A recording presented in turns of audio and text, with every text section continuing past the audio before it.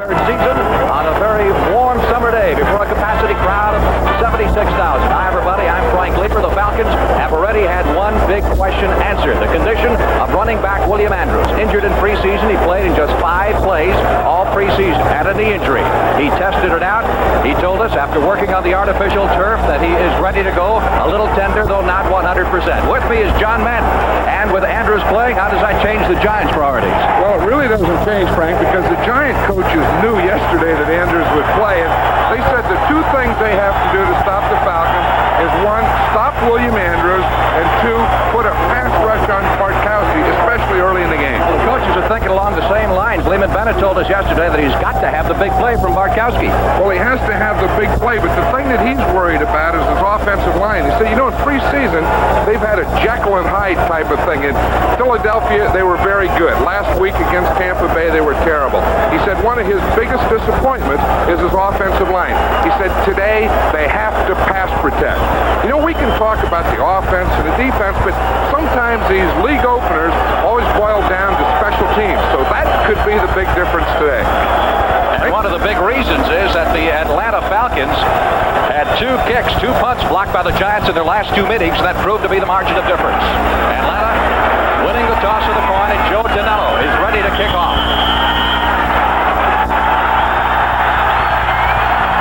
And the National Football League season is underway. It'll be down deep in the end zone as Danello really got into that one by rookie Reggie Brown. Sizing up the Falcons. Andrews, of course, in there, and Alfred Jackson making his first start ever after 5 years playing behind Wallace Francis at a wide receiver position. The Atlanta offensive line has one change. Pat Howell is replacing Dave Scott. That's been a unit that's been together for 5 years, and Howell is now beating on Scott, at least for the time being.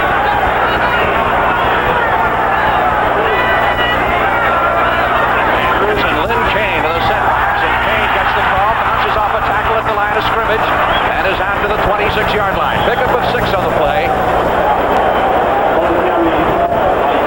Tackle made by Beasley Reese coming up from the secondary. There's the Giants' defensive line. They play the front 3, but as you can see, Curtis McGriff is normally in there on first down. Then when they get into a passing situation, George Martin comes in, and Jim Burt is replacing the regular starter, Ed Neal, at the nose tackle.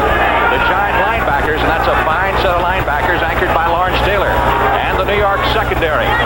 Same unit which performed well last year. 2nd down 4.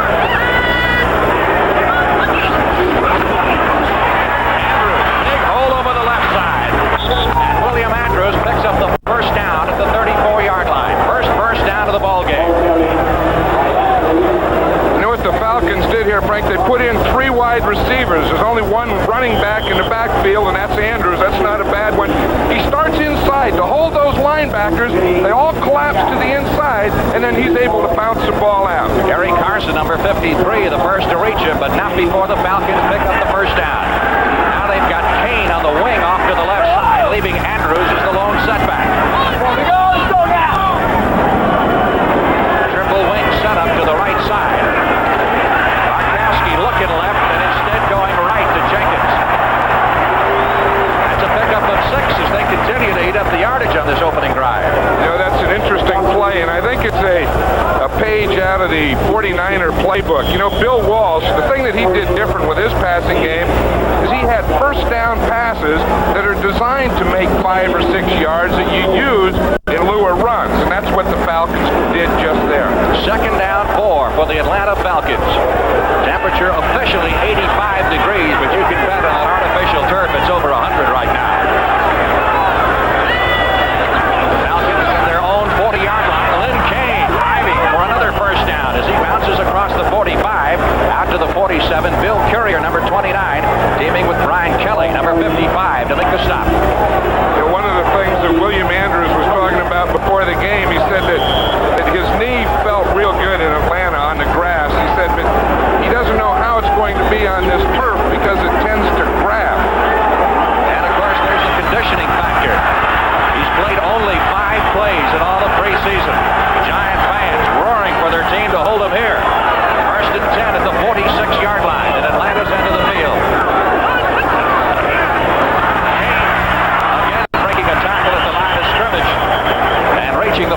wide. Pickup of 3, second down 7. The head coach of the New York Giants, Ray Perkins, just in his third year, leading the club to its first winning season last year since 1972, when they went 9-7. He spent, I guess, what, 2.5 hours with us yesterday? Yeah, he really is something. You know, he loves football, and he enjoys talking about it, as does Lehman Bennett. Head coach of the Atlanta Falcons. Falcons are 4-1 in season openers under Bennett. 2nd and 7. Atlanta from its 49. Bartkowski. Dropped by Andrews at the 50-yard line. Jim Burke, number 64, the nose tackle, zeroed in on Bartkowski, and he just did get it away. They were trying to run a screen pass to the right, and one of the linemen was George Martin. He came off with the screen, and William Andrews couldn't get to the outside. Jim Bird, who's from Miami, filling in for Ed Neal at that nose tackle position, he told us yesterday, please don't call me short. He is 6'1". He's 6'1", and you know, that's not bad for a nose tackle, because you always teach him, stay low, stay low. Heck, he's built low. He was born low. This is the first third down attempt the Falcons have had in the football game. 3rd and 7 from their 49. Bartkowski. Jenkins couldn't hold it. Wanted the pass interference call. As Terry Jackson, number 24, was defending for the Giants. So the Falcons will be forced to punt. It'll be interesting to see here what the Giants do on this punt return, Frank, because in the last 2 times they've played, they've had a punt block against the Falcons that won both games for them. And Ray Perkins told us yesterday that he thought maybe he could do something here on the specialty teams again. Dave Smigelski, you saw him, the rookie punter for the Falcons, who replaced the veteran John James. And Leon Bright, who missed all of preseason with an injury, is the deep man. Giants have 10 men up. Now we get a whistle prior to the snap, maybe too much time. 30-second clock expired, and that will cost the Falcons 5 yards. You know, Smigelski averaged 46 yards in preseason, but Bennett told us the way he did it had him a little concerned. He did it by hitting 60-yarders and 30-yarders. That's right, and even some of those 60-yarders, they say, were 2 irons.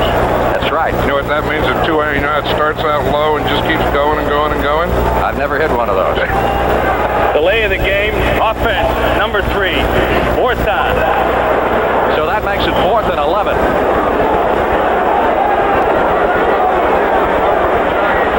Smigelski was obtained in a trade from the Baltimore Falcons, and he fumbles this one.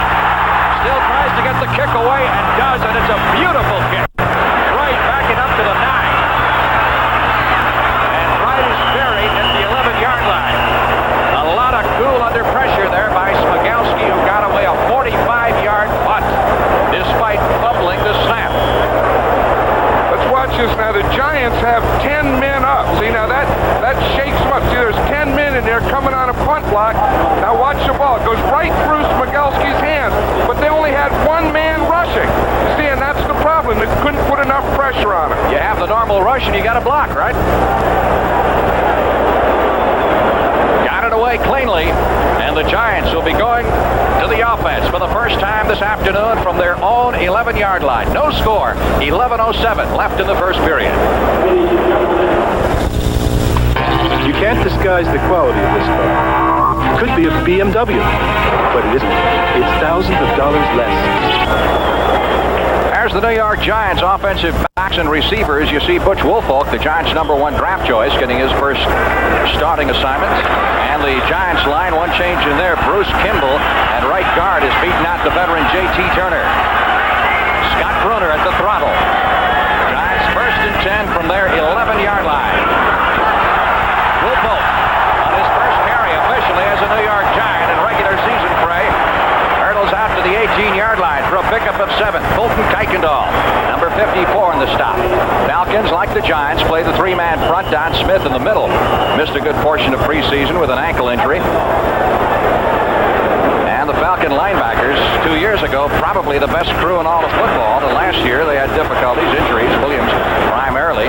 And the secondary, no change from last year. That's where they really needed to make some changes, because last year that secondary yielded 30 touchdown passes, the most in the NFC. 2nd down 3.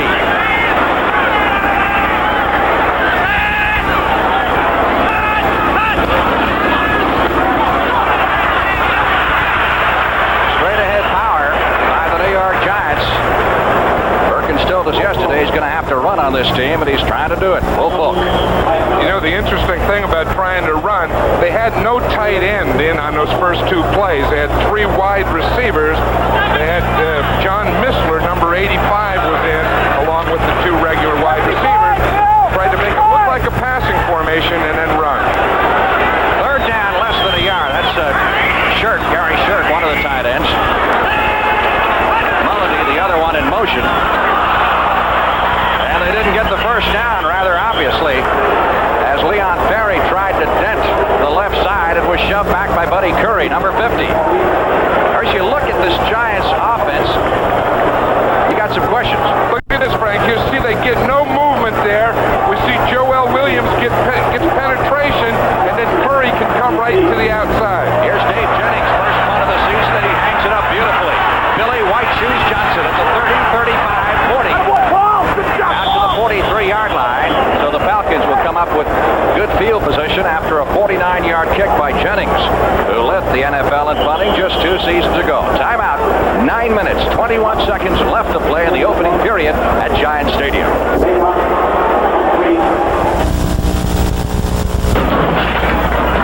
Deacon's my name, and bowling's my game. Gutter ball, gutter ball. How are you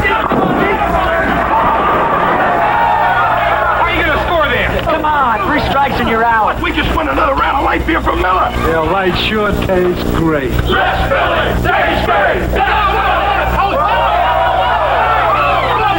Wait a minute! There it is. Take your time. 8-ball in the pocket. Bubba, this ball doesn't have any holes in it. Yeah, it does. The score's all even. Last frame. Who's up? Rodney. Right! You gotta be a mistake. Hey, you kids, it's a piece of cake. All we need is one pin, Rodney.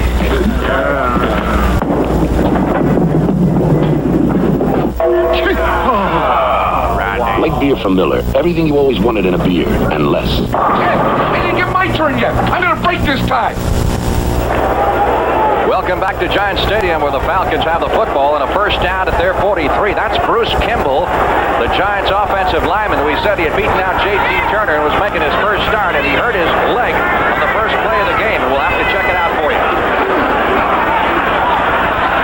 Andrews got it tentatively feeling his way along the line of scrimmage. Gets a couple of yards to the 46-yard line. Let's watch why he was tentatively coming down that line. Now watch number 56. We'll watch him, Lawrence Taylor. He's playing on the tight end. See, he takes Junior Miller. Hold him.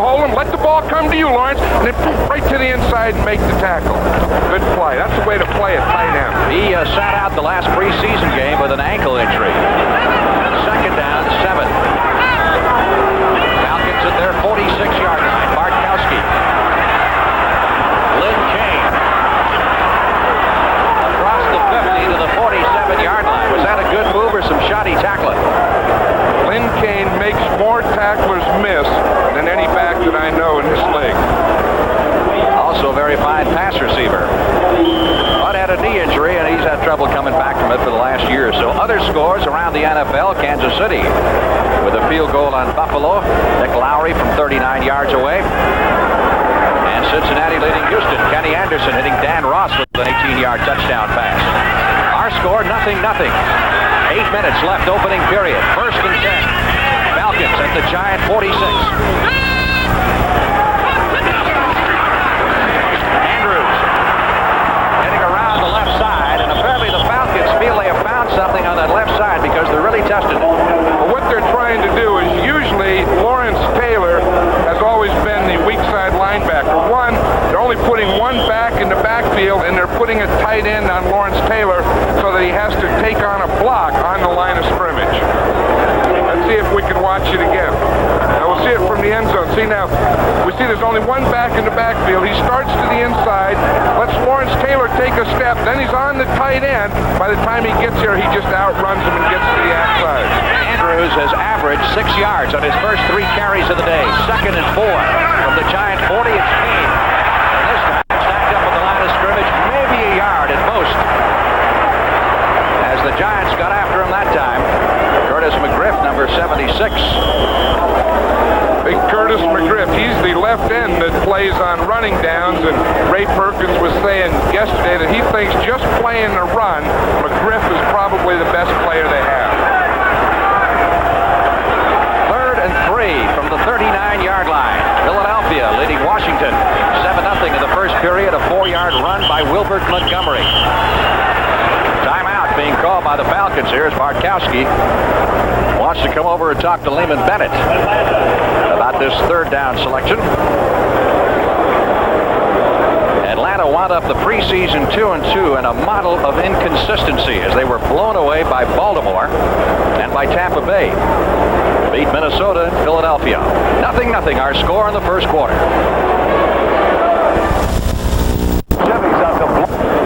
Coming up later this afternoon, not far down the road, Jimmy Connors and Ivan Lendl in the finals, the men's final of the U.S. Open tennis tournament. Lendl, the big check machine. You think he might have I called him that, John? Call him anything you want. All right. It'll be a great final right after the Giants and the Falcons on CBS. The climax of 2 great weeks of tennis coverage. 3rd down, 4. Falcons at the Giant 40. Jackson in motion. Andrew stopped at the line of scrimmage. No gain. Jim Burke, number 64 in there. Taylor, number 56. And Harry Carson, number 53. All had a hand in the tackle. The Giants didn't go for that one. The Falcons, they had the spread formation, only one back in the backfield. They wanted the Giants to play pass defense so they could run a draw in there. They didn't. The Giants all stayed right on the line of scrimmage. Smigelski in to do the punting. Beasley races deep. Boy, the number of punters cut in the last week of the season and place kickers was something to behold. We've got a whole new set of names to learn this year. People like Rich Carlos and Florian Kemp and Mike Lansford. And, of course, Smigelski. Not as much pressure this time. Beasley Reese at the 7. Crosses the 10 and stopped just short of the 15-yard line. So New York will put it in play from there with Paul Davis, number 59, coming up to make the stop. Still no score with 6 minutes and 24 seconds left to play in the opening period. Giants and the Falcons, 0-0 here at Giant Stadium. Chevrolet Celebrity. Chevrolet Celebrity. Come drive the bright new shape of Chevrolet. Frank Lieber with John Madden at Giant Stadium, New York, with a 1st and 10. Giants have the ball at their own 14-yard lines. There's the linebacker set up for the Atlanta Falcons. Headed by Joel Williams. Bruner calling the signals. Wolfo got a couple of yards to the 16-yard line. Let's get an NFL Today report. Here's Brett Musburger in New York. Frank, Wilbert Montgomery has just put the Philadelphia Eagles ahead of the Washington Redskins by a score of 7-0. Look at this, 4 yards. That's a working man's touchdown. Back to you and John in the Meadowlands. That's a working man, Wilbert Montgomery. Not much question about that. 2nd down, 8. Giants from their 16-yard line. Bruner got the rush on, gets the pass away. Joe Morris. Correction, that's Perry. Over at the 14-yard line, 30 instead of 20. And Buddy Curry coming up quickly along with Kenny Johnson to make the hit. Leon Perry also injured a good portion of the preseason. And coming back, Giants were 1-3 in preseason. They beat only the Jets. They beat them decisively. Rams on top of Green Bay. In Milwaukee, Wendell Tyler on a 4-yard run, making it 7-0 Los Angeles. And Tampa Bay got a 51-yard field goal from Bill Capice to move out in front of the Minnesota Vikings. Our score still 0-0. 5 minutes left in the opening period. 3rd and 9. From the shotgun, Bruner completes the pass to Larry Heater, but considerably short of the first down at the 16-yard line. You look at this Giant offense, really, though, and on paper, there's no one that scares you to death, does it? Well, that's the thing. They have to worry about maybe the Giant offensive team, but there's no one person. Of course, last year, that's where Rob Carpenter really helped him, because he was the one thing you had to key on. You had to stop him. And when you have to do that, that opens up a lot of other things. Billy White shoes Johnson deep, anticipating the punt of Jennings. Giants last year had the 28th and last ranked offense in the NFL. Still, they made the playoffs because they had the great defense. This kick, not as good as the last one, but takes a giant out. White Shoes picks it up at the 40 and is run out of bounds at midfield. So again, the Falcons come up with excellent field position. With the good bounce, the punt wound up going 41 yards. The counterpunch by Johnson, 11. Timeout once again here at the Meadowlands. Oh, Edna, the Toyota needs struts, brakes, and a new muffler. And if we can't get the car back by tonight, we can't go to your mother's for dinner. She'll never get all that done in one day. If you want your foreign car fixed fast, trust the Midas Touch. Midas has foreign car struts, brakes, and mufflers in stock. I won't see my mother-in-law for a week. Trust the Midas Touch. Hi, Mom.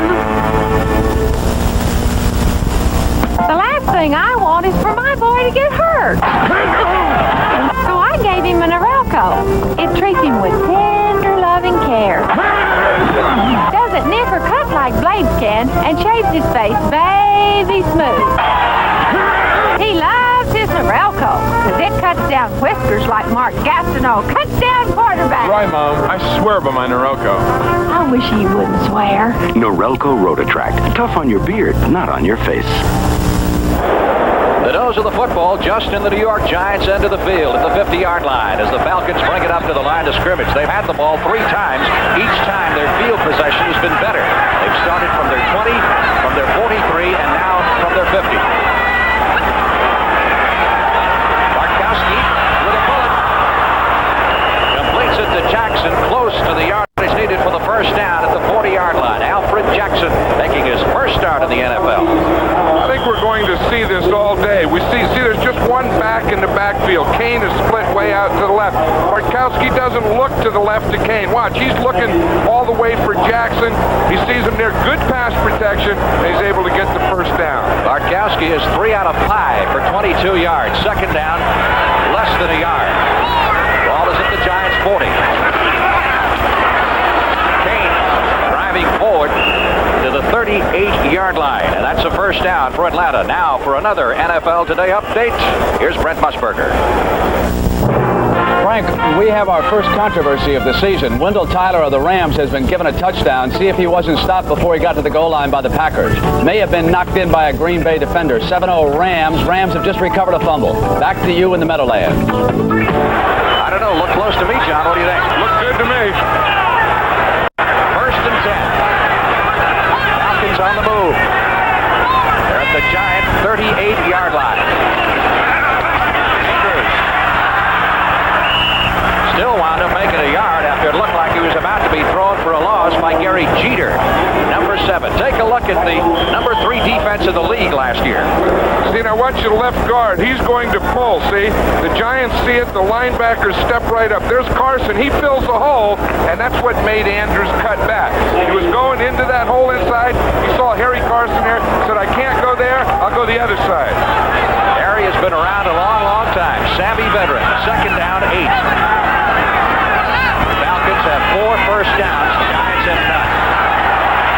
Bartkowski with a rainbow and overthrows his intended receiver. He had him out there, Alfred Jackson, who has made so many big plays for the Falcons in the past, and Bartkowski simply overthrew him. And that was the thing that he was looking for, because he had Jackson man for man, and he wanted to get the ball up to it. Jackson had about 3 steps on the defender. Alfred played his college football at Texas, where he was a roommate of Earl Campbell. Another update around the league. Buffalo leading Kansas City 7-3. Joe Ferguson hitting Frank Lewis on a 20-yard touchdown pass. 3rd and 7, and the Giant faithful are raising the roof, imploring their guys to hold them. There's Kenny.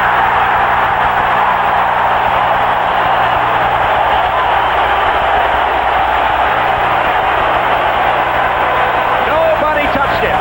Just like last year, see, that's the first time they didn't have a tight end on his side. Now watch him. He's going to come from the right side of the screen.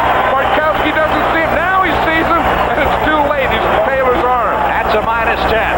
And a missed blocking assignment. Someone has to block that guy.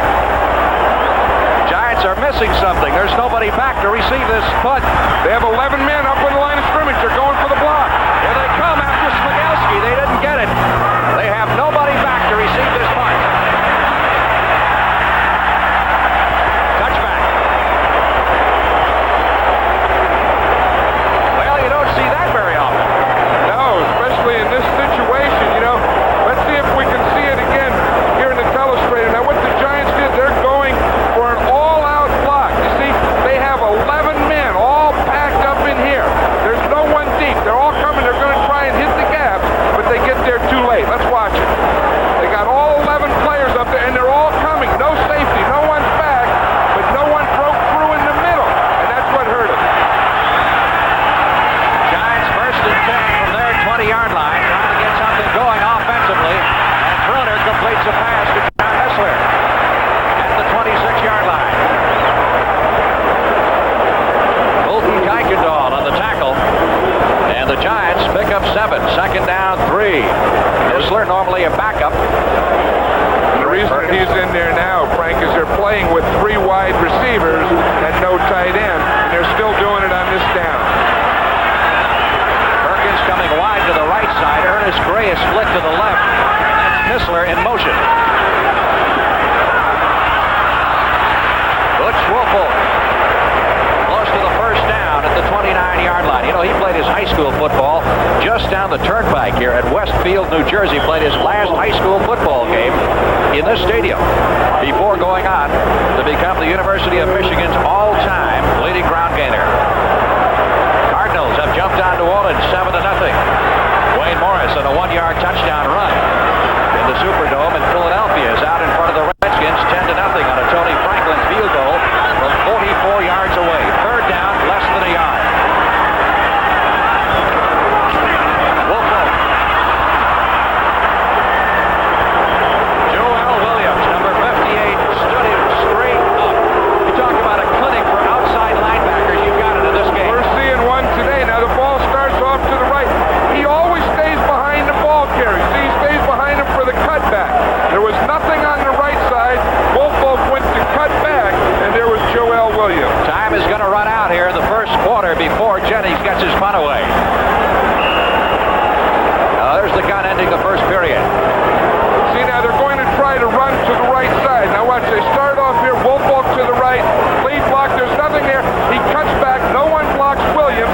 He stays inside and comes in and makes the tackle for no gain. We're at the end of one period at the Meadowlands with no score. What made Chevy Chevette the best-selling small car in America last year? All the standard features: reclining front seat, AM radio, shift console, white striped tires, fold-down rear seat, and lots of other things. Is the Chevette's great gas mileage?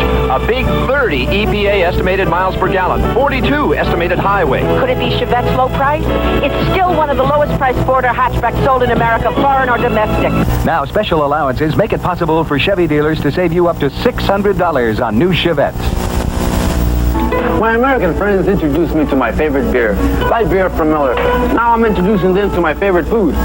With nachos, the best thing about light is it tastes great. Not bad. With enchiladas, the best thing is it's got a third less calories than the regular beer. With burritos, the best thing is it's less filling. Carlos, what's this? And with jalapeno peppers, the best thing about light is it's cold. Light beer from Miller. Everything you always wanted in a beer, and less. From 7 watts to 100 million watts. From 12 horsepower to 180,000 pounds of thrust. Ideas that made America grow and made millionaires out of many who risked investing in them. At First Jersey Securities, we believe such investment opportunities still exist. If you know where to look for them, we do. We specialize in discovering America's emerging growth companies for today's investors with vision. First Jersey Securities. Come grow with us.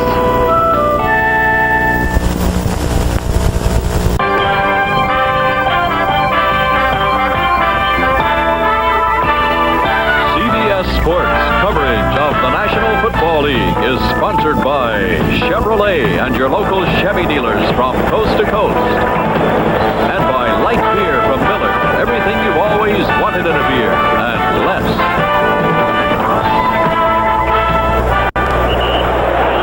The New York offense has gone 1-2-3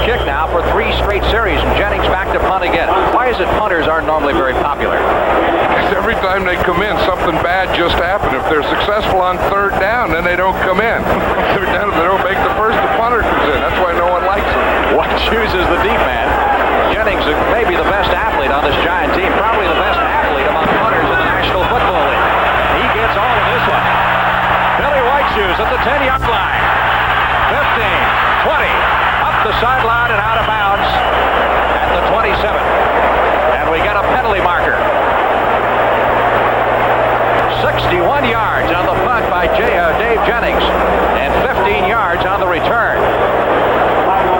See what the penalty option is here. It's like it's against the Giants, one of those things blocking, against the Falcons, blocking below the waist.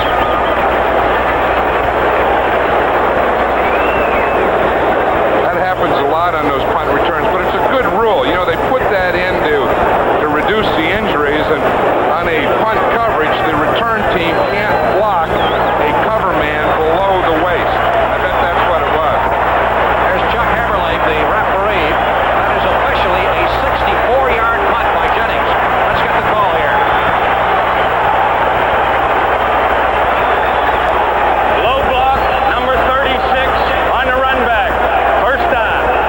That's Bob Glazebrook of the Falcons. So that puts the Falcons in their poorest field position of the ballgame as they start this drive at the 13-yard line. And now listen to the Giant fans as they start the cry of defense.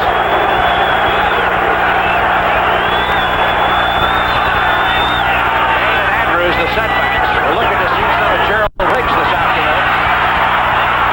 Kane picking his way through to close to the 20-yard line of the play. I was talking about Kane earlier, and he always looks like he's down. You think you have him, and then he stumbles, takes one more step, another one, and falls, and gains 5 or 6 yards. Second down, 3.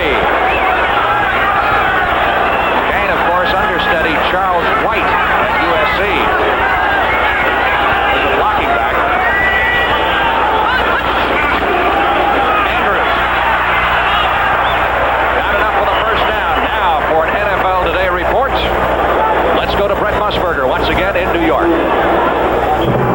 Frank and John, the Detroit Lions have struck against Chicago. This is a 5-yard pass from Eric Hibble to tight end David Hill. The important thing is Billy Sims is playing for the Lions and doing a good job. Back to you in the Meadowlands. Well, it's got to be good news for all the Detroit Lion fans. Third down, a long one for the first down. Each team has failed to pick up third downs. Each team 0 for 3. So we have not had a single third down conversion. Andrews. And it'll be close. The word we get on Bruce Kimball, the Giants offensive lineman, who was injured on the first play of the game, apparently is a broken leg. So that is tough luck for him. He worked hard during training camp, former star up in Canada, beat out the veteran J.T. Turner, and suffered a broken leg on the first play of the very first game of the season. Right, there was a fracture in his lower left leg, and as you say, he works all training camp, and he was on the injured reserve last year, and he's starting his first game, and then gets it on the very first play. This is a first down. You can tell that the way the pile went backwards. It's what you always want to do on short yardage is see, it wasn't even close. You get the pile going that way. When the piles go back towards the quarterback, it's usually not a first down.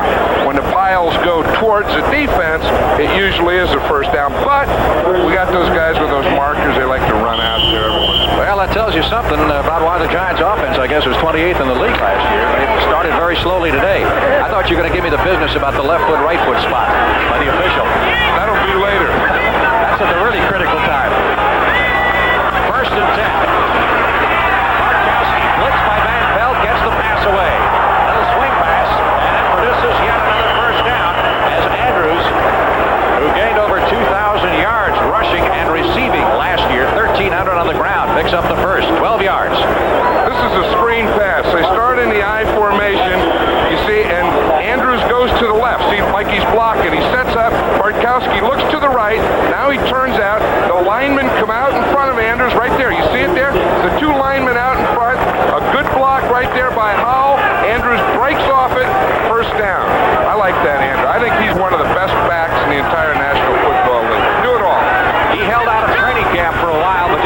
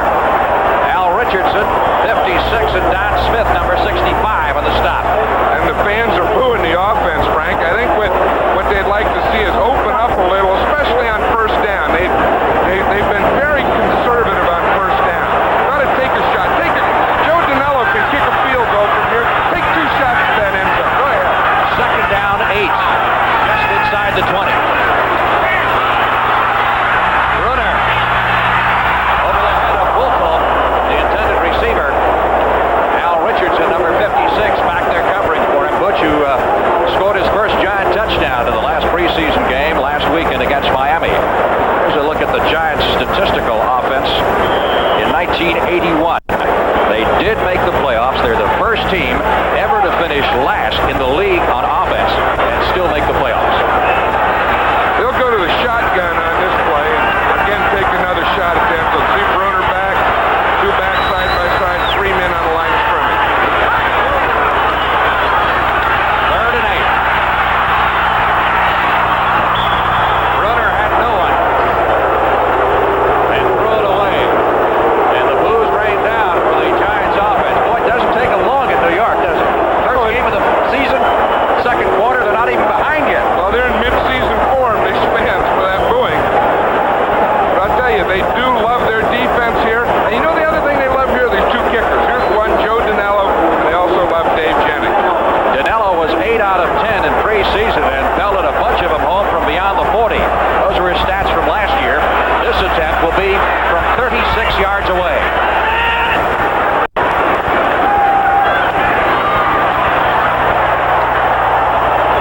He did not get it. Wide to the right.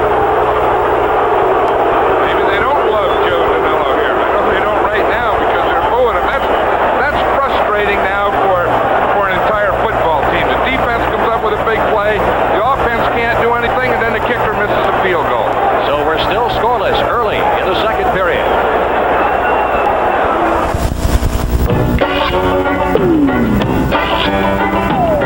If you run a small business, profits can get squeezed when inventory doesn't match up with production.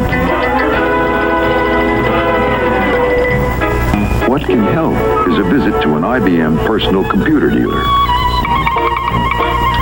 Once you've explained the kind of help you need, a computer expert will show you the system that's right for you, show you how simple it is to get started, and how IBM's easy-to-follow instructions and library of business and management software can help you solve your problems and give you a tool for modern times.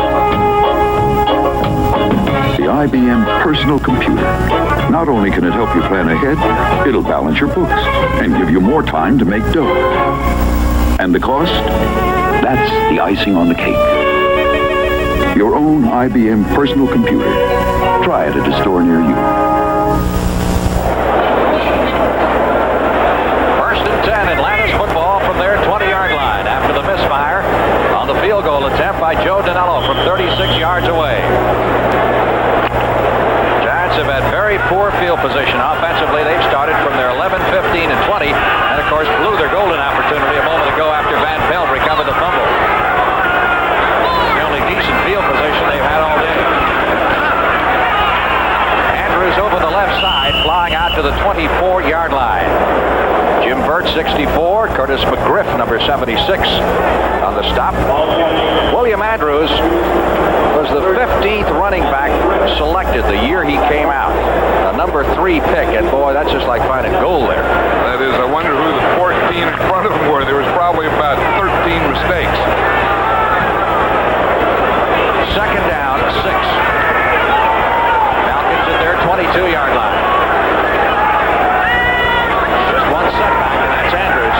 Markowski, sideline throw. He's got Jenkins wide open as Terry Jackson fell down, and Jackson is hurt. Jackson looked like he slipped trying to make his cut. No one touched him, and he's down and hurting. What? We were talking about this. Now watch Jackson. He's going back here. He's number 24 in his zone. See, he turns to make the turn. It was his left knee gave out, and then Jenkins was right there, caught the ball, turned it up, and got a big play for the Falcons. That does not look good at all for Terry Jackson. Timeout here at Giant Stadium with 10 minutes, 39 seconds left to play in the first half.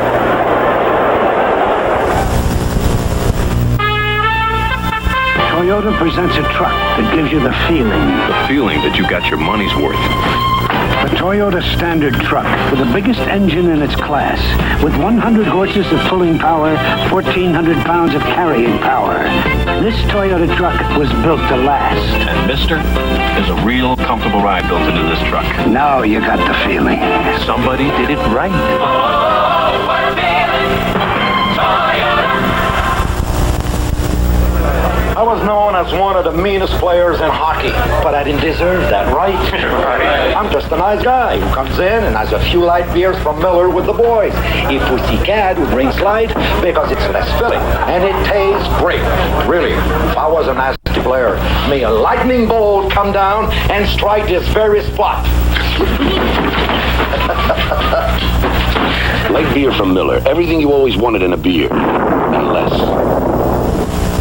The irrepressible Jimmy Connors meets the man who stopped John McEnroe, Yvonne Lendl. The men's final of the U.S. Open Tennis Championships on CBS Sports. Next. Jackson limped off the field under his own power, so it looks a little better. Let's see if we can watch it. Now, this is an artificial turf injury. See, we see Jackson. He's number 24. He's right here. He's backing up. He's backing up. Now, everything's okay. Now, watch when he starts to turn. You see, his right foot gets there. His left foot gets caught in the turf. You see, both feet were caught in the turf there, and the only thing that could give was the joint. Mike Dennis has replaced him in the secondary. First down Falcons at their 48. Making his first appearance of the football game. The Atlanta Falcons' #1 draft choice charges across the 50 and down to the giant 46-yard line. Now here's a young man with a little bit of pressure on him as you look at Dennis, who came in to replace Jackson. Everybody was clamoring for the Falcons to pick someone on defense in the draft. And they turn around, they got the #2 offense in the league, and they pick a running back. You know, one of the things that Lehman Bennett said is he wants to use more running backs this year, not put the entire burden on Andrews and Kane.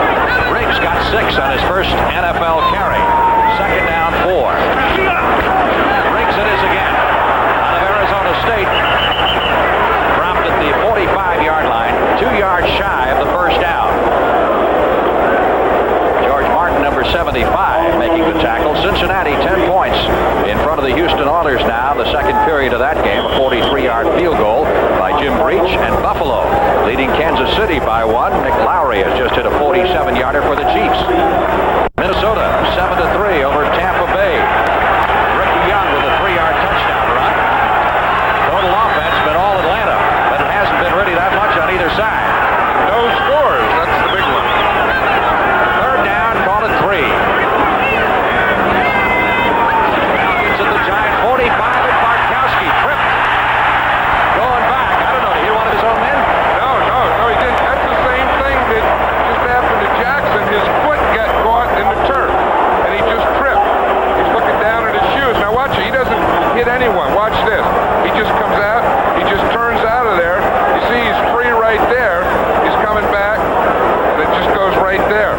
I think he just tripped. He may have hit Pat Howell, but I don't think so. Harry Carson's down on the field on that last play. That's the third sack for the Giants, minus 31 in the statistical board. Another injury for the Giants, which they certainly don't need here. You know, speaking of sacks, John, they're keeping track of them in the official NFL stats this year. I imagine that's going to pump a few defensive linemen and linebackers up. Yeah, they've never kept them officially. Each team has their own stats. We see Harry Carson going off the field. He looks like he's okay. You know, he had the flu this week, and he really missed practice all week. Here's Carson here from the left-hand side of the screen. See, he's coming right here. He's the guy that gets Bartkowski, does a little deal on the back, and then he comes over. It looks like he just got the wind knocked out of him when his own man, Van Pelt, fell out. Smigelski is in to do the punting for the Atlanta Falcons on 4th and 12. Leon Bright is the deep man for the New York Giants. Still no score. 8 minutes, 40 seconds left. A lot of games being played here. 30-second clock ran out again.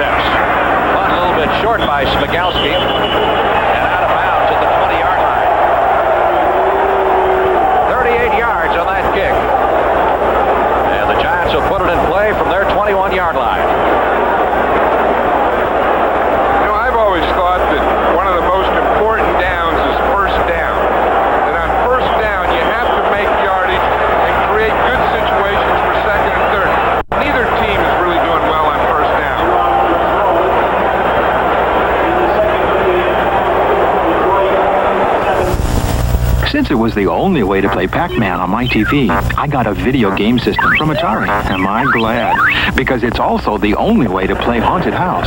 It's almost too spooky, especially in the dark.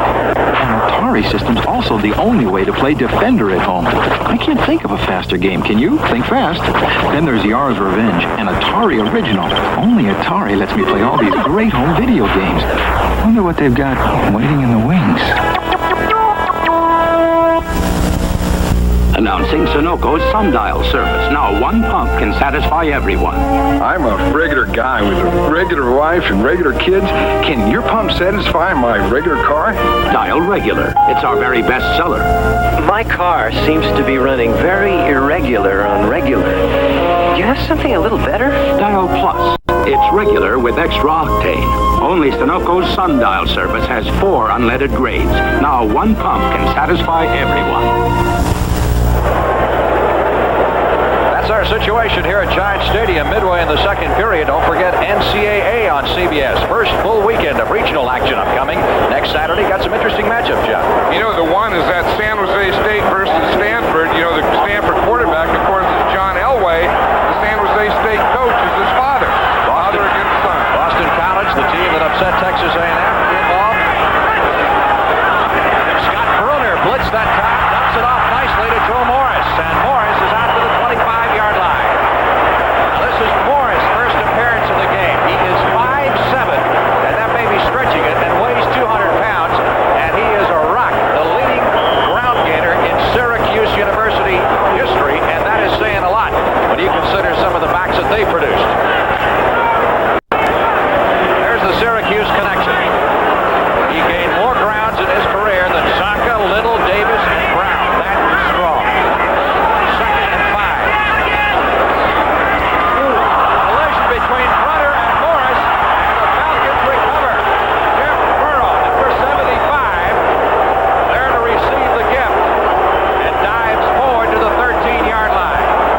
Ray Perkins doesn't like that. That's something, even though it's a first regular season game, they've had plenty of time to practice, plenty of time of training camp. This should never happen. Now watch Scott Broder. He starts to go to the right. Now Morris starts to cut into him like he's trying to go underneath. It looks like Morris was supposed to go outside. Bruner was ready for the outside handoff, and Morris cut right into him. Butch Wolfold and Morris were the Giants' top 2 picks, very popular picks.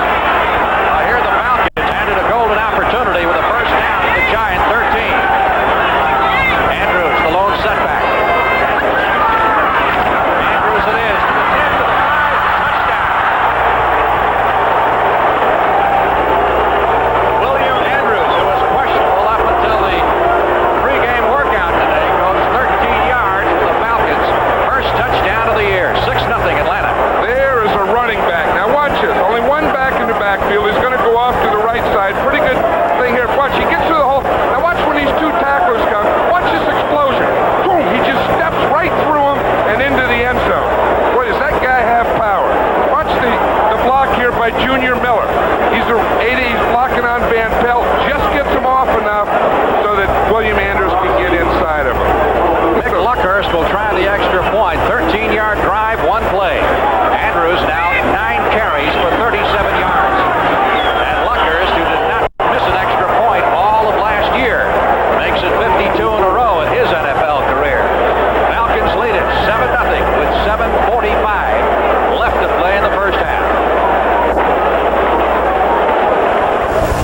At Ford Motor Company, quality is job one. This is one of 800 employee involvement groups formed by Ford and the UAW. This is real improvement here. This group reviewed the quality of the new 1983 Mercury Marquis before you could even buy one.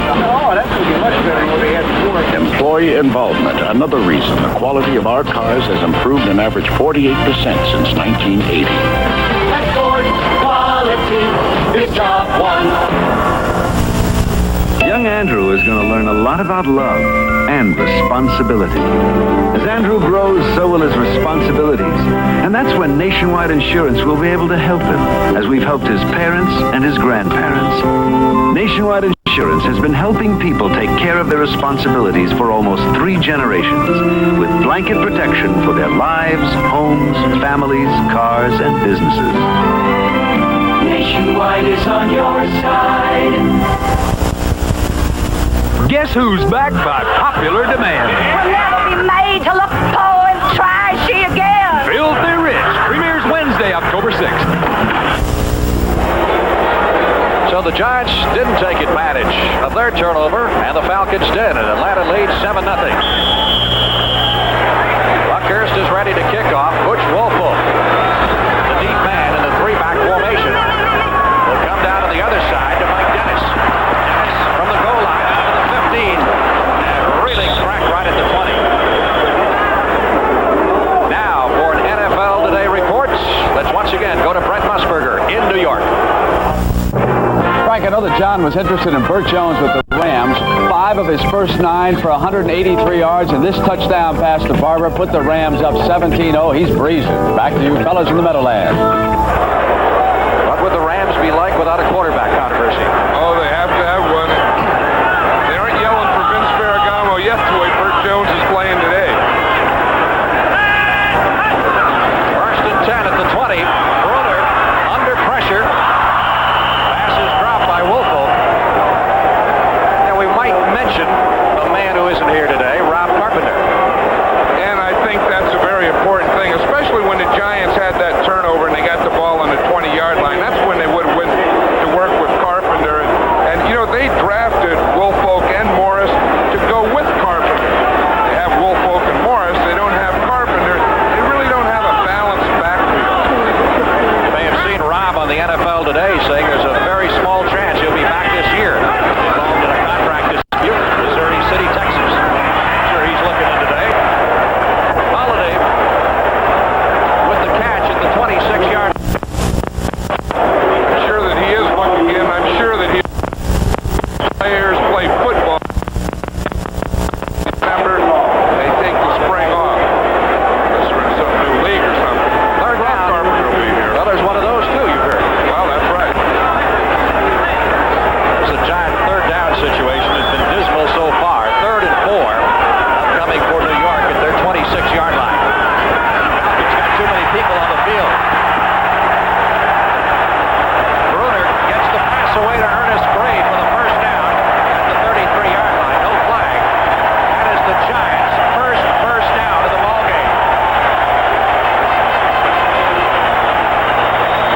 What happened on that play, Frank? Mike Seeley, the backup nose tackle, was coming into the game. When he got there, he found out there was already one there. When he tried to run off, he really didn't get off in time. I'm surprised that wasn't a penalty against the Falcons. Now the Giants open the season and go 23 and a half minutes of clock time without a first down. They got their first at the 34-yard line. Bruner has it slapped back on him. Big charge that time by Don Smith, the nose tackle, number 65, who came blowing up the middle. Bruner is 6 out of 10 for 28 yards. Now that wasn't Bruner's fault.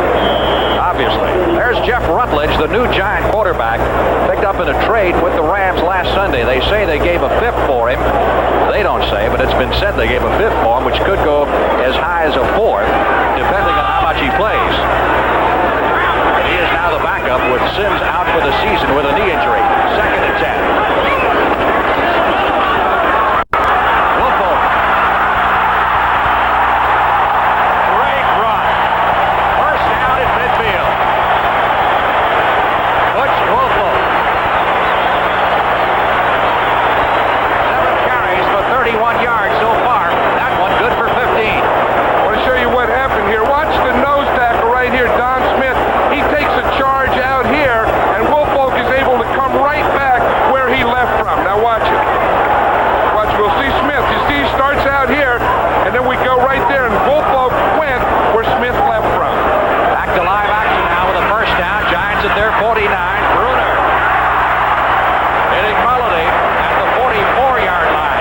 The Falcons end of the field, good for 7. The Giants offense finally has opened up a little bit, shown some signs of life in this drive. I think what they have to do is throw more on first down. You know, create these types of situations.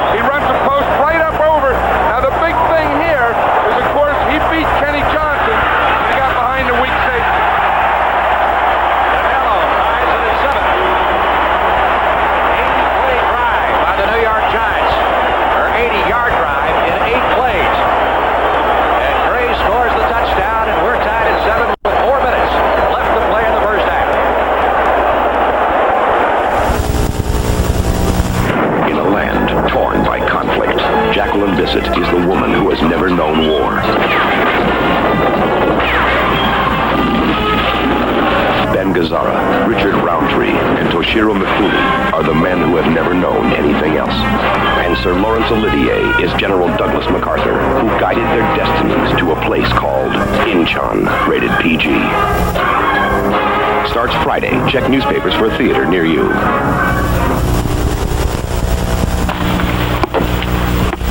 You called about a copier. Well, I don't have much space. Need a DC-121 plain paper copier fits anywhere. I need lots of different copies. The DC-121's small, but it's fast. But I don't have much money. No other copier gives you all these features at the same low price. And when you buy a Mita copier, you get your own personal Mita man or woman. Thank Mita for small favors. Mita, full-service copiers. Joe Danello is ready to kick off for the New York Giants. And there's the book on the Giants scoring drive. Bruner with a 33-yard bullet to Ernest Gray. On that possession, Bruner was 5 out of 6 for 65 yards. High kick and very short. Reggie Brown at the 15, 25, and up to the 27-yard line. Looked like a 9-iron shot. More CBS action next weekend, and a big doubleheader coming your way. The key game. Most parts of the country will see the Dallas Cowboys play the Cardinals. That's been a great series down there. It has been a great series. You know, we did that game last year in St. Louis, and St. Louis upset Dallas. It's always 2 points or 3 points, no matter where it's being played. Where are you going to be, John? I'm going to be right there. San Francisco 49ers, world champions versus the Denver Broncos, who may be the surprise team in the NFL this year. By the way, the fans in the New York area will see the entire doubleheader, both ends, which is a little bit unusual. I'm sure they're looking forward to that. Bartkowski wants to get it right back. Comes out throwing, and Alfred Jackson making the catch and going out of bounds in front of Mike Dennis at the 36-yard line. Should be just about enough for the first down. Jackson ran a nice pattern on that. He drove Dennis deep. Dennis started to turn like he was going up, and then Jackson broke it off to the sideline. Jackson playing at Texas didn't see the pass come his way that much. So he did. You know, Bartkowski, that last pass which you saw, that out pattern, that deep out, he probably throws that better than anyone in the game right now. Steve, Pro Bowler the last 2 years, and one of the premier passers in football. 1st and 10. Riggs drives up to the 38-yard line. Now, Bartkowski was drafted in 1975, was the first player picked in the draft that year. Chicago and Detroit are knotted at 7. In the second period, 2-yard run by Matsui. Tying that score. Don't forget, coming up at halftime, the whole game is back with scores and highlights. Second down, 8. Our score, 7-7. Falcons and the Giants on a warm, late summer day here at Giant Stadium. Falcons at their 38-yard line. One running back, that's William Andrews. Andrews out to the 41-yard line. Brian Kelly, number 55, making the stop. 39 yards and 10 carries for Andrews. You know, watching Andrews, you know, he really has all his power comes from down low. Let's watch Brian Kelly here. He's starting to pursue, takes on the guard, and then gets into Andrews with help from Van Pelt. Brian is now the senior statesman of the Giant linebackers. He's also the quarterback of that defense. He's the one that calls the defenses in the huddle. Third down, 5. Falcons at their 41. Again, a blitz. Bartkowski trying to go long down the sidelines, and Jackson fields it for the first down at the 30-yard line. The fact that it was underthrown helped him. There's a penalty on that play, but watch it here. It's just the old jump ball play. Dennis is step for step with Jackson.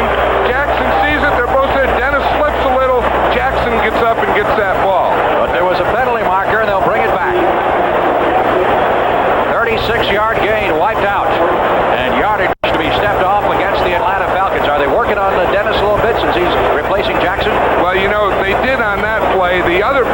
out to Jackson. That was on Mark Haynes. Offense, number 31.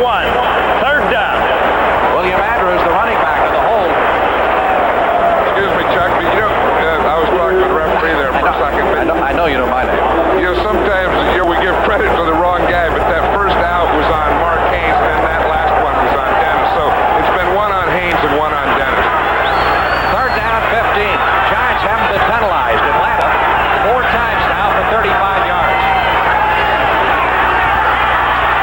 Bartkowski, sideline, throw to Jackson. Looked like about the same play, a little shorter. That was. Now they may be working on Dennis, 2 in a row, but I'll tell you, that's the pass. Now that's the thing that Bartkowski can do in anyway. Here he is. He's third down, 14 yards to go. You have to throw the ball at least 15. Watch Jackson. He runs that. He just looks back, just works back. It's not a great pattern, but again, he just beat him right at the end with a little quickness. And you saw the first down marker. The Falcons picked up the first down at their 48-yard line. It's only a dream at first, but to a special few who make it to the Pro Football Hall of Fame, it's the ultimate honor. It was the most exciting moment of my life. For Sam Huff, it started here in the small coal mining town of Farmington, West Virginia. The only way out to escape the life his father knew in the coal mines was to play football, and play it he did. Drafted by the New York Giants in 1956, he became known as the man in the middle, number 70. He was one of the greatest middle linebackers the game has ever known. Sam Huff became Sunday's idol. In 1982, he received the ultimate honor, induction into Pro Football's Hall of Fame, where he will stand forever as the man in the middle. They're all here. The stories, the dreams, the inspirations, here for you to see and enjoy at the Pro Football Hall of Fame in Canton, Ohio. Don't miss it. We're down to the 2-minute warning. Here in the first half with the score tied at 7. Falcons with the first down at their 48-yard line. Bartkowski's got it warmed up now. 4 in a row. 7 out of 10 for 86 yards.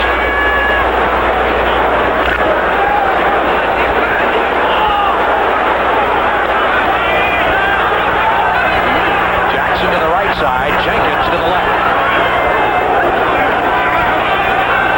Gerald Riggs. Got a couple as he took it to the 50-yard line.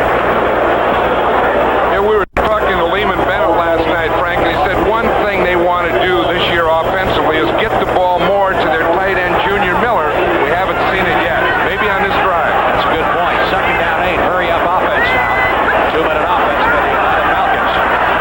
Well, they looked for Miller, and it looked like it hit Kelly right in the face mask.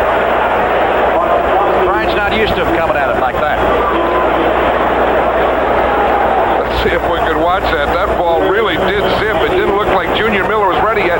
Watch, he'll come from the right of your screen, coming across. Now there's Kelly. See, he threw it right over the umpire, and Miller didn't get his hands up. Kelly didn't get his hands up. Ball looked like it hit them both. I think the umpire was between the quarterback and the receiver. That's a good point. Third down 8. Falcons from the 50-yard line.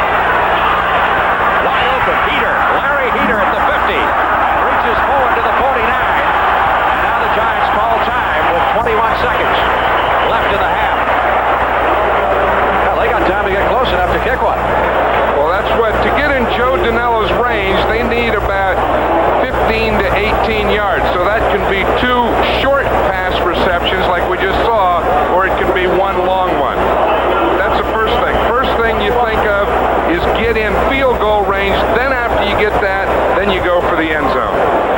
Dinello has kicked him as long as 55 yards in his career, and he's really one of the better long-range field goal kickers in the league.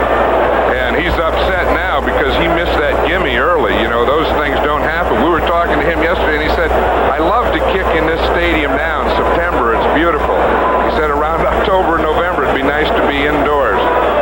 Of course, the wind doesn't normally bother the kickers that much because the Giant Stadium is completely enclosed. Yeah, but it does some funny things in here, though, Frank. Sometimes because it is enclosed, when it gets in, it goes around in circles. Scott Bruner, who has hit 6 of his last 7 pass attempts, 10 out of 14 for the game, leading the Giants. Up to the line of scrimmage, 1st and 10, 48, Bruner completes the pass at the 31-yard line to Perkins, but we've got a penalty marker back at the line of scrimmage. Holding, New York. That'll be holding against the Giants. That is the Giants' first penalty of the game. Looks like it was whoever was blocking Jeff Merrill there. It was probably Jeff Weston, the left tackle of the Giants, because Merrill was held just before Bruner threw the ball. But it was still a great catch. It really was. Let's take a look at it again. You know, it won't count. Offense, number 68, first down. Let's just watch the catch here again. I'll tell you, it really is something. It won't go into statistics. It won't make any highlights. But watch how high he gets up in the air. Concentration, catches that ball. 17-yard gain wiped out, and of course field goal range for Dinello. As now they move back to the 41-yard line. The penalty was on Turner, and now the Giants are going to run it out. That'll do it.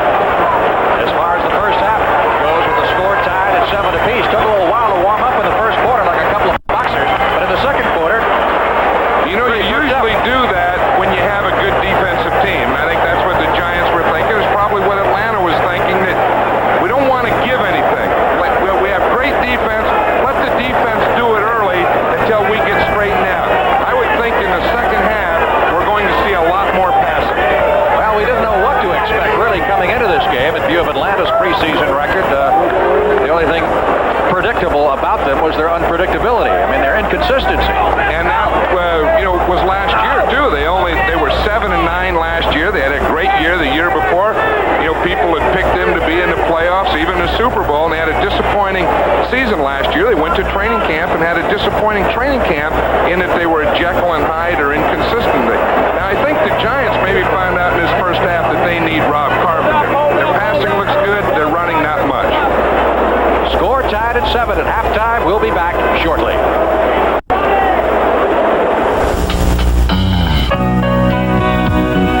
Around here, well, I guess we take work about as serious as anybody else. But I'll tell you something, boy, come sundown, ain't nobody more serious about having a good time. Welcome to Miller Time. It's all yours and it's all mine. Bring your thirsty self right here. You got the time, we've got the beer for what you have in mind. Welcome to Miller Time. The best beer for the best time of the day. Miller High Life. Bring your thirsty self right here. You've got the time, we've got the beer for what you have in mind. Oh, welcome. Welcome to Miller Time. Yours and mine. From the leading edge of technology comes a new generation of video electronics from Zenith. At the touch of a button, the giant screen rises and you enjoy Space Screen 45 TV. Push a space phone button and turn your TV into a telephone. Produce a movie with your VCR and play it back on Zenith's new component TV system with stereo capability. Video high-tech, part of the new generation from Zenith, where the quality goes in before the name goes on. 20 years ago, a young campus reporter and a nationally renowned football coach first met. Now they're back together again. The NCAA Today on CBS Sports. Brent Musburger at the anchor desk. Ara Persikin's insightful analysis. Pat O'Brien in the field. The kind of pregame show you've come to expect from CBS Sports. Keeping you up to the minute on what's happening in college football. The special skills that set CBS Sports apart. The NCAA Today on CBS Sports. Welcome back to Giant Stadium. We're at halftime with the Atlanta Falcons and the New York Giants tied at 7 apiece. Very important game, really, for both teams, John Madden. It is, and you always like to get off to a good start. I think it's probably more important for Atlanta because they don't know if they're as good as they were 2 years ago or as bad as they were last year. They don't know if they were as good in preseason as they were against Philadelphia or as bad as they were against Tampa. 2 years ago, Falcons were 12-4, and they had that playoff game. They came so close to winning against Dallas, lost it, and I don't know if it had an after effect on them last year, but they wind up going 7-9, and there's some real big questions. Well, of course, they had some injuries. Joel Williams was to the Atlanta Falcon team what Lawrence Taylor was to the Giants last year. They lost him for all intent and purposes for the whole year. They lost the end that plays next to him, Jeff Merrill. They're both back. They're both healthy now, and on offense, they may have the best offensive players in the National Football League. I've always been high in Atlanta. Bartkowski started very slow back in 75, but long about 78, those two big wins over Atlanta, the Big Ben play, Bart kind of turned it around, and he's been magnificent the last 3 years, and of course has been in the Pro Bowl the last 2 years. Well, he can do the one thing better than anyone. The one thing that we've seen here at the end of the half is throw that deep out pattern, and that takes a real rifle. You're back there, and you're throwing it 20 yards deep and to the outside, and he can really zip that in. He's a special quarterback. Right now, let's go to Brent Musburger in New York. Welcome back to our news desk in New York. I'm Brent Musburger along with Irv Cross. And Irv, you were paying attention to number 20 of Detroit, Billy Sims, and his return. They're watching him very closely, Brent. He's not in tip-top shape yet. You can tell that because normally I saw plays where he would run right through a defender because he has great explosion in his legs, kind of just stumble through the hole. He's not ready yet. You made an observation that Dick Vermeil and the Eagles have changed their offense this year? They want to be a little more explosive. They're throwing the ball more on first down, short, quick patterns to those wide receivers. So hopefully that'll open up that offense. All right, Irv. Let's get everybody up to date on the scores. Perhaps they have not caught them as this afternoon unfolds. The Los Angeles Rams, of course, are walking all over the Green Bay Packers. 20-0 is the score of that game. They are playing it in Milwaukee, and this could be a very troubled year for Bart Starr. How's Burt Jones doing? Magnificently in his first performance as a Ram. Here he is going to Wendell Tyler. Now, Tyler is going to cough the ball up. There's no football when he crosses the plane there, but the Rams recovered, and on the very next play, many of you saw this highlight during the Giant-Atlanta game, Wendell Tyler, and he's credited with a touchdown on that second effort. And then it was the Jones pass to Barber. This gave him 5 of 9 for 83 yards for this completion right here. And he's just running it up against the Green Bay Packers. 20-0 again is the count there. Chicago and Detroit, as Irv reported, Billy Sims returned. The Lions got on the board first, and then the Bears rebounded. And yes, there was a solidarity handshake at the Pontiac Silverdome, and then the fans said, "Welcome back, number 20." And folks, that didn't look like much, but it was a very big first down. And then the touchdown. Hipple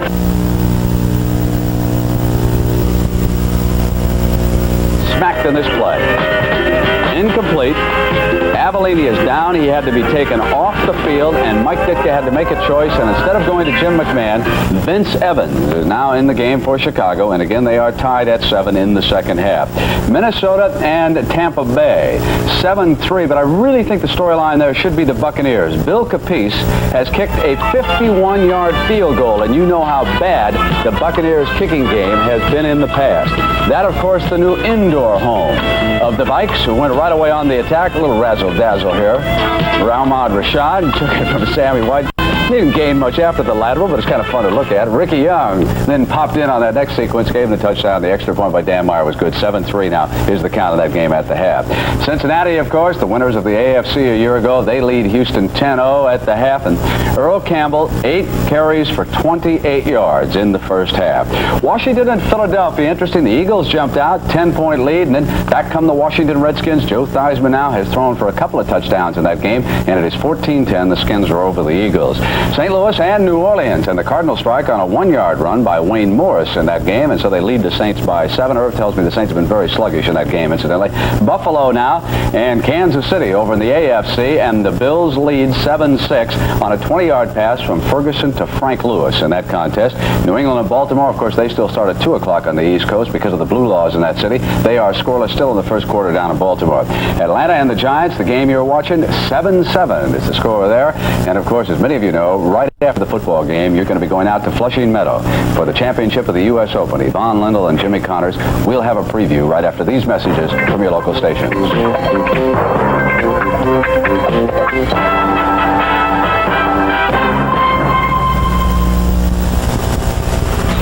Friday, it's a special preview. Frank Buck, Explorer, King Trapper, and Ladies Man. And this is your invitation to his private world of adventure and a quest for the common enemy.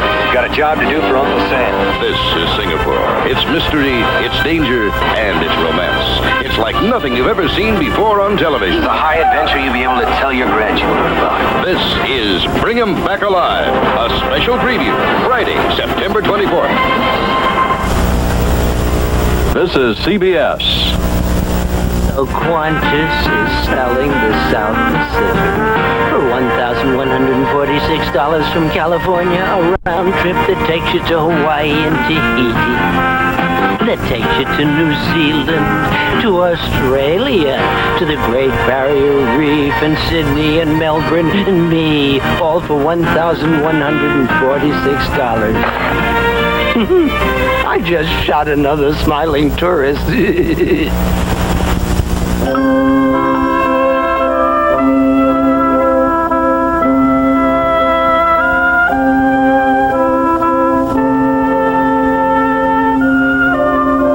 For the man who knows the difference between a first impression and a lasting one, there's Alan Sully. Because while fashion changes, style remains. Alan Sully, the classic menswear collection.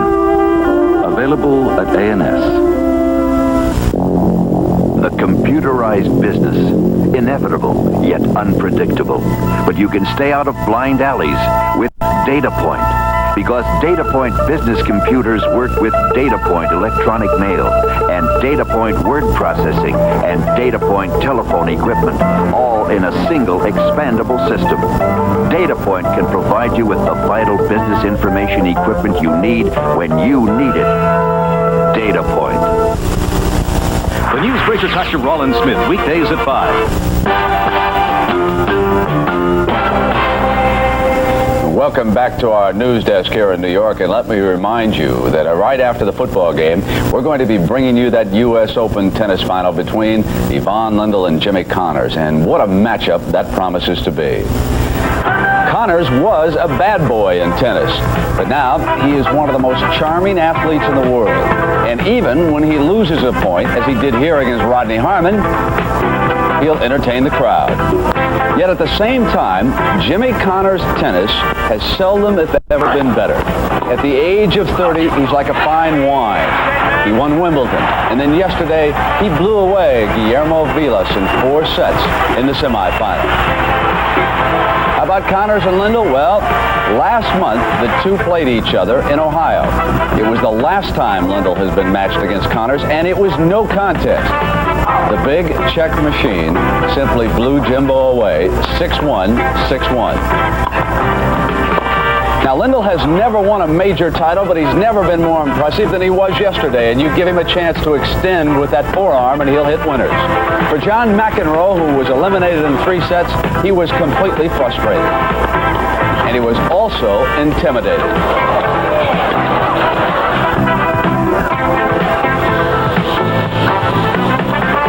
Lindell had trailed in this tiebreaker 5-2. But then he rallied and put the match away. 6-4, 6-4, 7-6, thank you. And now today, it'll be that awesome forehand of Yvonne Lindell, the most powerful man in the game. He will be matched against one of the smartest performers in all of tennis, Jimmy Connors.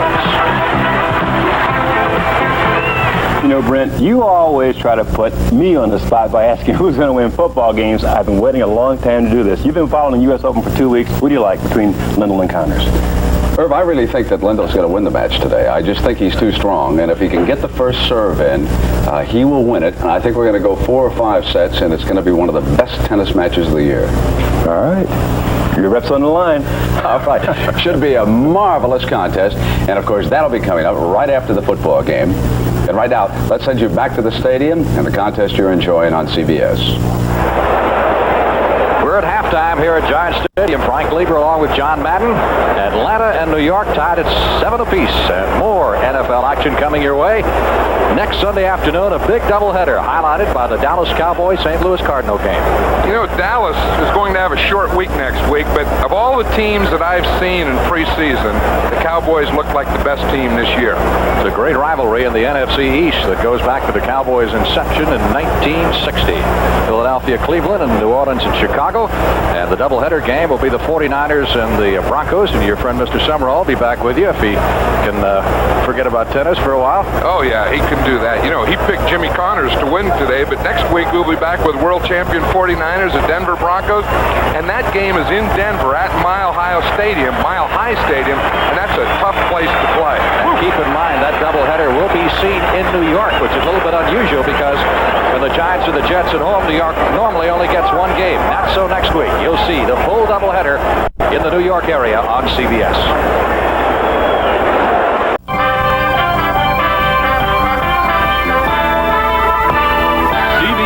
Sports coverage of the National Football League is sponsored by Honda. On a drive with engineering, quality, and value, Honda, we make it simple. IBM.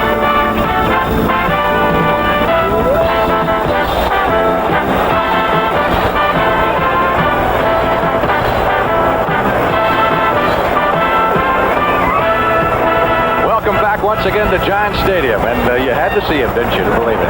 Sandy Grossman is alive and well, and somewhere in the bowels of Giant Stadium. They really do have trucks, and they really do have people in those trucks. You know, a lot of the time people thought that there wasn't anyone out there. Just voices from beyond. Mick Luckhurst will kick off to start the second half. Mick is getting married November 23rd again with a young lady who is an LPGA Tour golfer. In fact, they're in Dallas this week, Terry Moody. And we certainly wish them well. Leon Bright is right at the goal line. 10-15. And a penalty marker as he's dropped at the 17-yard line.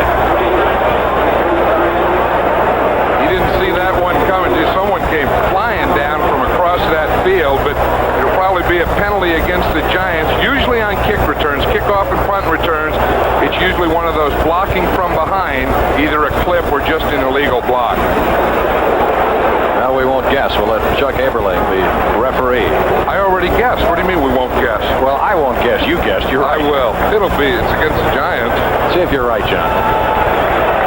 Personal foul. Clipping. Number 56 on the return. First down. You've been down on the sideline too long. That's an educated guess. You know when you see him, you know the play, and you know who it was against, though, don't you? That was against Lawrence Taylor. Most first-round draft choices and all-star players don't play an awful lot on special teams, and Lawrence Taylor is really an exception. Giants again saddled with poor field position as they start this opening drive of the second half on their 9-yard line. Butch Wofolk out to the 13, maybe the 14-yard line. Let's briefly review the halftime statistics for you. See if there's anything that really jumps out at you. Actually, pretty close in some areas and not so close in others, like first downs and rushing yards. Well, that's the thing that jumps out at me, the lack of first downs by the Giants and the rushing yardage. And again, you know, I hate to belabor a point, but Rob Carpenter is a holdout, and I think everyone knows or feels that they could use that man. Time of possession significant in favor of the Atlanta Falcons. Handing off to Wofolk. And Butch stopped after a gain of no more than a yard at the 14-yard line. They're looking at third down and 4 upcoming right now. You know, I was saying at halftime that I think we're going to see more passing this half. first possession, you get the ball out, and then you get a penalty, and you get the poor field position. When you have a good defense, I think they just want to stay conservative, get a punt, and then let their defense play. Third down, 4. Nose of the football just inside the Giants' 15-yard line. Perkins in motion. Brunner. Wide open. Perkins over the middle, 20, 25. First down at the 26-yard line. Boy, there was nobody around him. The one thing about Scott Brunner is he's tall. You know, he's 6'5", and we can watch him from behind. Now watch him as he gets up here. You see, he can see over linemen. You see where his head is, and you see where the other heads are. He can see over that. He can find open guys in the middle. You see, Perkins is there. Now, a lot of times, a quarterback, a guy will be open in the middle, but the quarterback can't see him. You see him up, over, looking and throwing down. Giants first down at their 26-yard line. Woolfolk in motion. Brunner's hit 7 of his last 8 passes. Wide open. Mulliday, first down at the Falcon 45. Boy, they're finding big holes in that Falcon secondary. Big holes in the zone. You know, they probably found something, talked about it at halftime, and let's see if we can see it. Let's watch it on the chalkboard. Now, here's Mulliday, the tight end. Now, it's going to be a zone, and he comes right up and works right in the hole of the zone. Let's watch it here. Somehow he got lost in that crowd. Well, right there, if we can freeze it there, so we can see, here's the zone, here's a man here, and he's there. Back to live action, 1st and 10 from the 45, intended for Ernest Gray. And defending on him was Kenny Johnson. No interference, say the officials, bringing down the wrath of this Giants Stadium crowd. Giants finally got their offense cranked up. In case you joined us late, they didn't have a first down until there were 6.5 minutes left in the first half. You know, their new offensive coordinator is Ron Earhart. For a while, it looked like he brought the New England offense with him. One thing, if they're going to crank it up offensively, they have to do it the way they're doing it now, and that's Brunner getting back and throwing the ball. 2nd and 10. That snaps a string of 6 completions in a row for Brunner.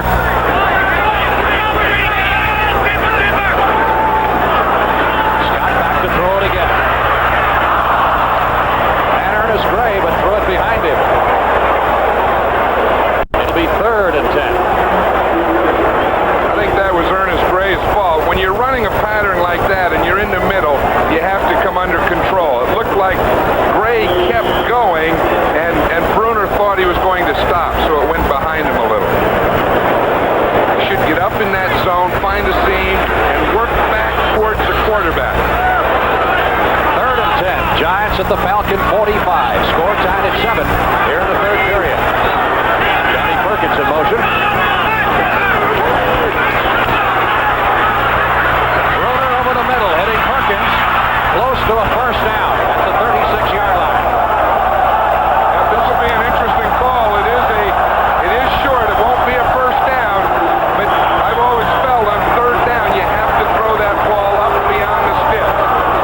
You know what? It's a little pick play, and we see Perkins coming underneath. He catches the ball there. Now watch. There's 1 defender, 2, 3, 4 defenders. Not enough to get the first down, so they have to punt. You know, yesterday Ray Perkins disagreed with you on that about having a guy go beyond the sticks. I know it. Well, they're not going to punt. They're going to go for a long field goal. Well, look for a fake here, but I still think I was right. 3rd down, you got to throw it up beyond. 53-yard attempt by Danilo.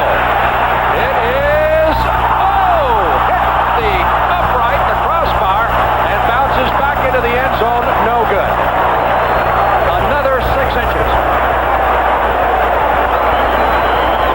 It did not quite have enough legs, and so the score remains tied with 11:15 left to play in the 3rd period. When I was looking for a small computer, I went to IBM because they know what a small big company needs. I wanted data, word processing, and some word data processing. And they showed me a small computer to fit our budget. IBM even had a place to learn how to use it. That impressed me, us, and my good business sense even impressed my girlfriend, Charlotte. IBM. Introducing another engineering wonder, the new 1982 Honda Accord. It handles better, and to use less energy, we've increased the gas mileage. We've improved the aerodynamics and made it quieter inside. We've also made it roomier. Any wonder the new Accord is so well engineered? After all, it's a Honda. Honda, we make it simple. Talk about a game of inches. Joe Danello, who has kicked him as long as 55 in his career with that 53-yarder, falling inches short, hitting the crossbar, and bounding back in the end zone. And now the Falcons come out of it. Pretty good field position here since the ball is brought back to the line of scrimmage, which is the 36-yard line. 1st and 10.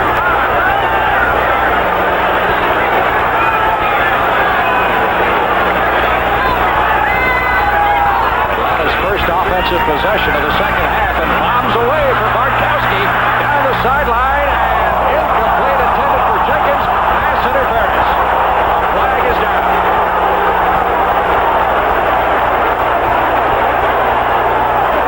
That's Jenkins against Terry Jackson. Remember, Terry Jackson was injured in the first half. He's back. He's running stride for stride. There's a bump. You see the left arm, just a little bump. That trip at the end shouldn't count. The other way. Let's see, or else they're going to take back the flag, because now the Falcons look to be hopping mad. They got to take back the flag because it didn't look like anything on that replay. Maybe the official thought that trip at the end should have been interference, but that happened after the ball was passed. See, they're having a little conference down there. That's normally when another one saw it a different way, isn't it? It usually is. When one called it, the other one saw it later. I like to see that. Because at least they talk it over and they say, hey, we made a mistake, we're sorry, rather than keep it and make an excuse. There is no foul on the play. The ball could not have been caught. Yeah, that's exactly what it was. You see, right here, see the ball is gone now, see? What the official saw was right here at the end when Jenkins trips, right there. You see, when Jackson stepped on Jenkins's foot, but the ball was already passed, so they said, well, we can't do that. Well, it is good to see Jackson back on the field after that knee injury in the first half on the artificial turf. That ball, by the way, by Bartkowski traveled 60 yards in the air. He has got a cannon. He does have a cannon. I think we just saw Jackson on the sideline. I don't know if he was injured or maybe just that long run may have tired him out because Mike Dennis is back in there at the right corner now. 2nd down.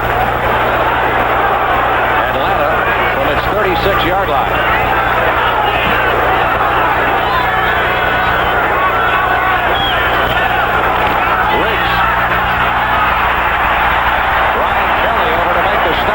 Gerald Riggs, the number 1 draft pick of the Falcons, at the 39-yard line. You know, Brian Kelly went to school at Cal Lutheran out in Thousand Oaks, California. At one time, worked for the Dallas Cowboys in their training camp. I remember going out there. He used to pick me up at the airport, take me out to camp. And he was at school there for 4 years, training right under the Cowboys' nose. Giants picked him as a 15th round choice, and he's been in there forever. New England and Baltimore knotted in the second quarter. 3rd down, 7. Falcons at their 38-yard line. Giants making the blitz. Taylor coming on, but is blocked down effectively, but Kane can't hang on to the football.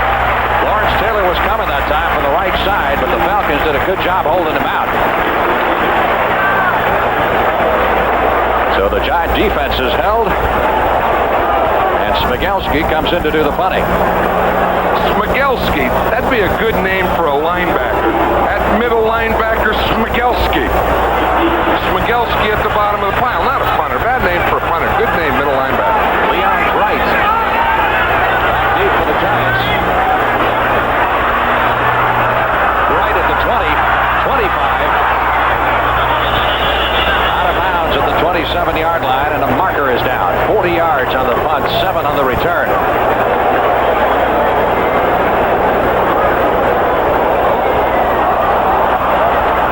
Against the Giants.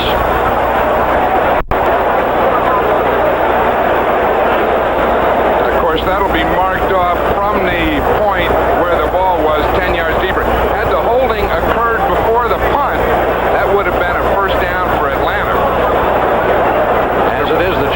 line up where they're used to, and that's poor field position in this game. Back on the 11. Penalties in the kicking game.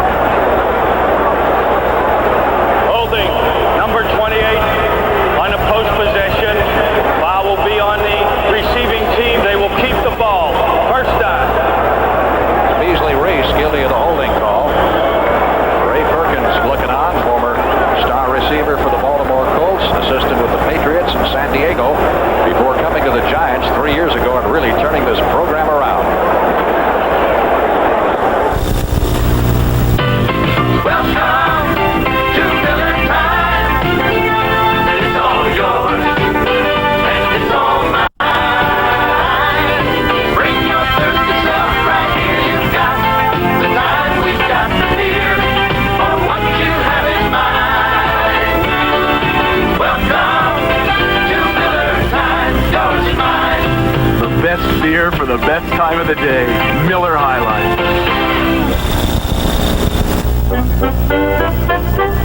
No other wagon gets better mileage around town than the Honda Civic wagon.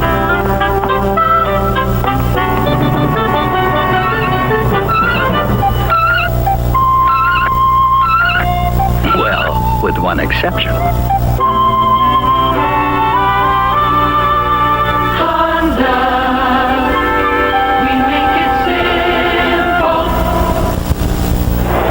Sunday night on CBS means great television. 60 Minutes gets it going, then it's Archie Bunker's Place, Jefferson's One Day at a Time, and Trapper John M.D. All tonight on CBS. Giants with the poor field position again. Their first two possessions in this half at the 9, and now they're starting at the 11.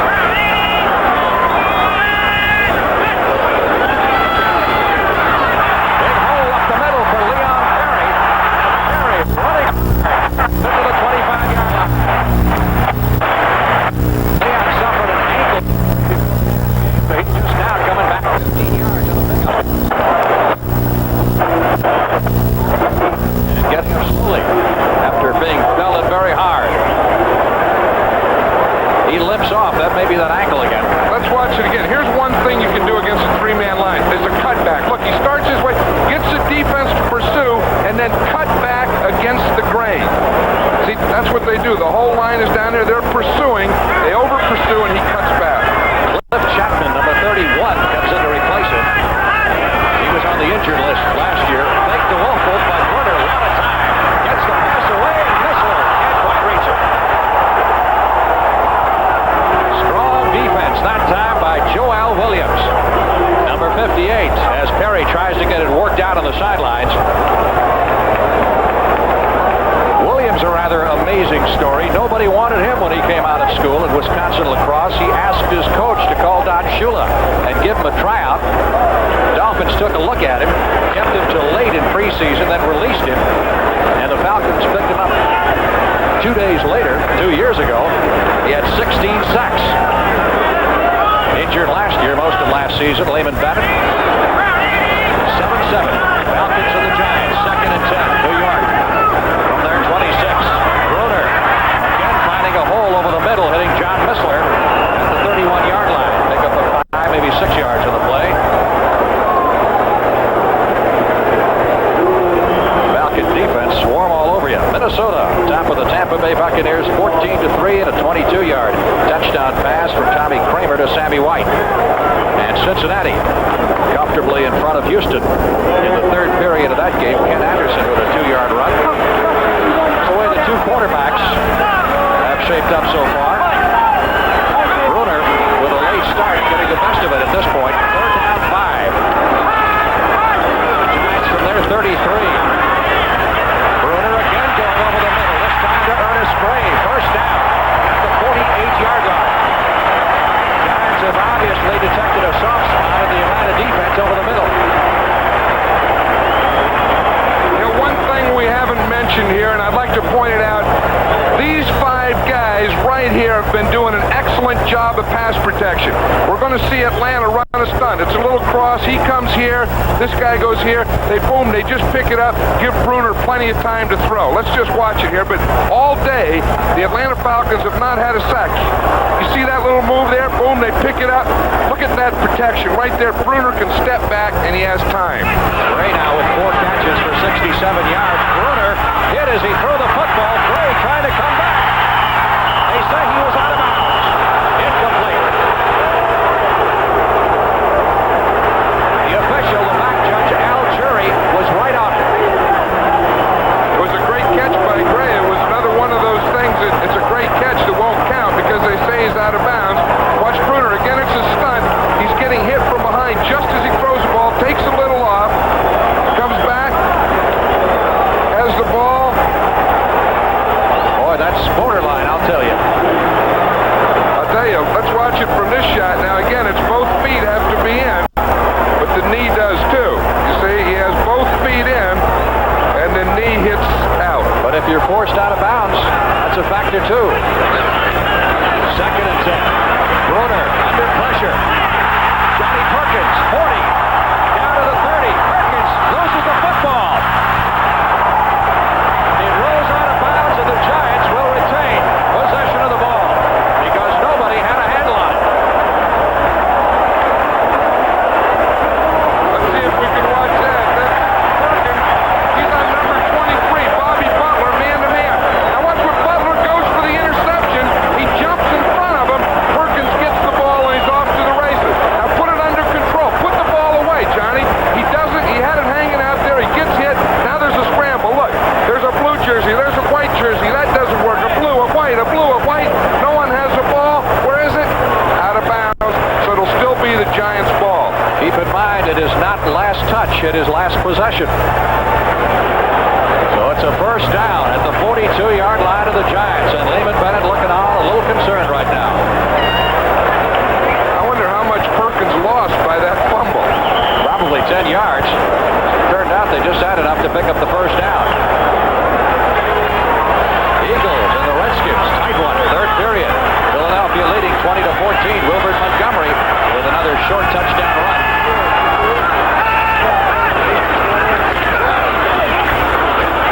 Butch Wolfel to the 40-yard line for a pickup of 2. It'll be 2nd down, and let's call it 9. You know, the Falcons at times play what you might consider a flex-type defense, don't they?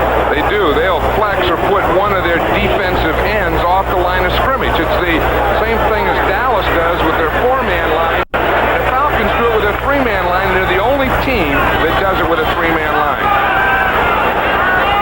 2nd and 9. Giants at the Atlanta 40-yard line. Ernest Gray in motion. Maximum blitz. Bruner just fires it up, and it is caught at the 15-yard line, and a penalty marker goes down as Perkins made the catch.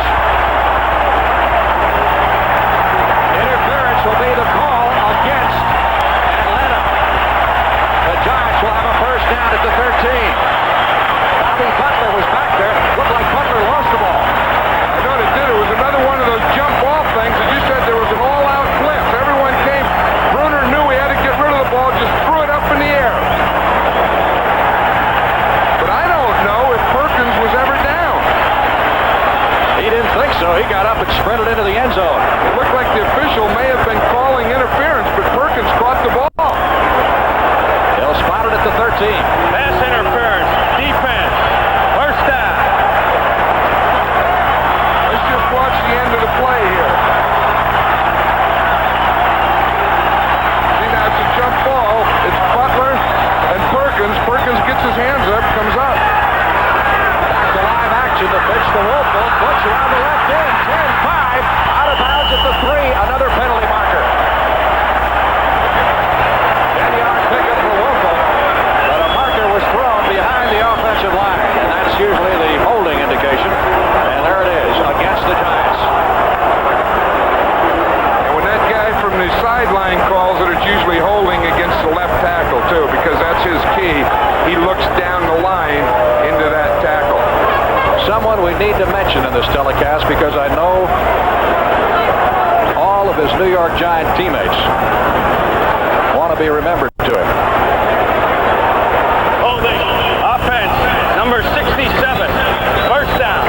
And that person is Doug Coder, the Giant running back who is in a hospital nearby, who is undoubtedly watching this football game. And I want Doug to know that he's not only got 76,000 people here, but millions more watching, rooting for him, more than ever rooted for him in his career. As you said, all the players wanted to say hello, the coaches wish their best, the fans, and everyone anywhere that knows what Doug Coder is. First and 20 on the delay to Woelfel. He's down to the 20-yard line.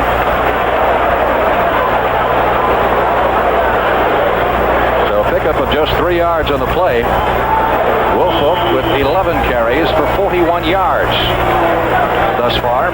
He was the 6th running back picked in the draft, and the Giants had to sweat out 17 picks before it was their turn. The first running back they picked number 1 since Rocky Thompson in 1971. I didn't think that they wanted a running back in the draft. I thought they were going to go for a speed wide receiver. I know that's what they were talking about last year at the end of the season. Second and 17 from the 20. Have to get to the 3 for the first down. Gray! Touchdown!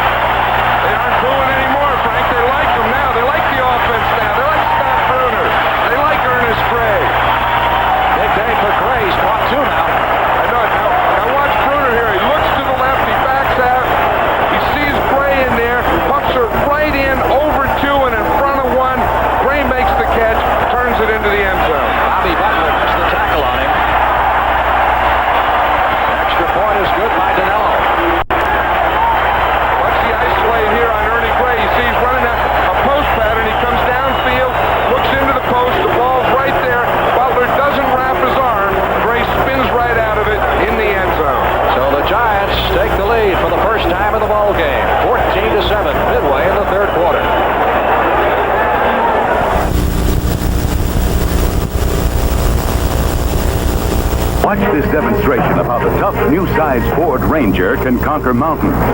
This new small pickup gets this high gas mileage and carries this payload. Ranger's husky new truck engine can haul this mighty load up this grade, 2 times steeper than Mount Washington, or even this nasty grade, 4 times Pikes Peak. However, this super steep angle, even Ranger won't try. This is Mount Everest. Save hundreds during Ford's factory-authorized clearance sale. When Mattel Electronics asked me to tell you about Intellivision, I was delighted. But now they've got this $50 rebate. Well, I don't think you should buy an Intellivision because of a rebate. I think you should buy one because it's a marvelous system. A rebate commercial? I won't do it. But we will get a $50 rebate after you buy an Intellivision master component. The irrepressible Jimmy Connors meets the man who stopped John McEnroe, Yvonne Lendl. The men's final of the U.S. Open Tennis Championships on CBS Sports next. Giants with the lead at 14-7, and Joe Danello is ready to kick off. Reggie Brown, a rookie, back deep for the Atlanta Falcons. Fine 89-yard drive, highlighted by Brunner's throwing and Gray's catching. Brown hit at the 10, to the 17-yard line, and took a couple of pretty good shots before he was finally down by Mike Mayock, number 39. Again next week on CBS, doubleheader action highlighted by the game between the Dallas Cowboys and the St. Louis Cardinals. And the second half of the Twin Bill, the San Francisco 49ers and the Denver Broncos. You don't get to Mile High Stadium very much, do you? No, not much. You know, and the 49ers don't either. And their training camp, they've really had a lot of problems. A lot of injuries this offseason or this season, preseason for the 49ers.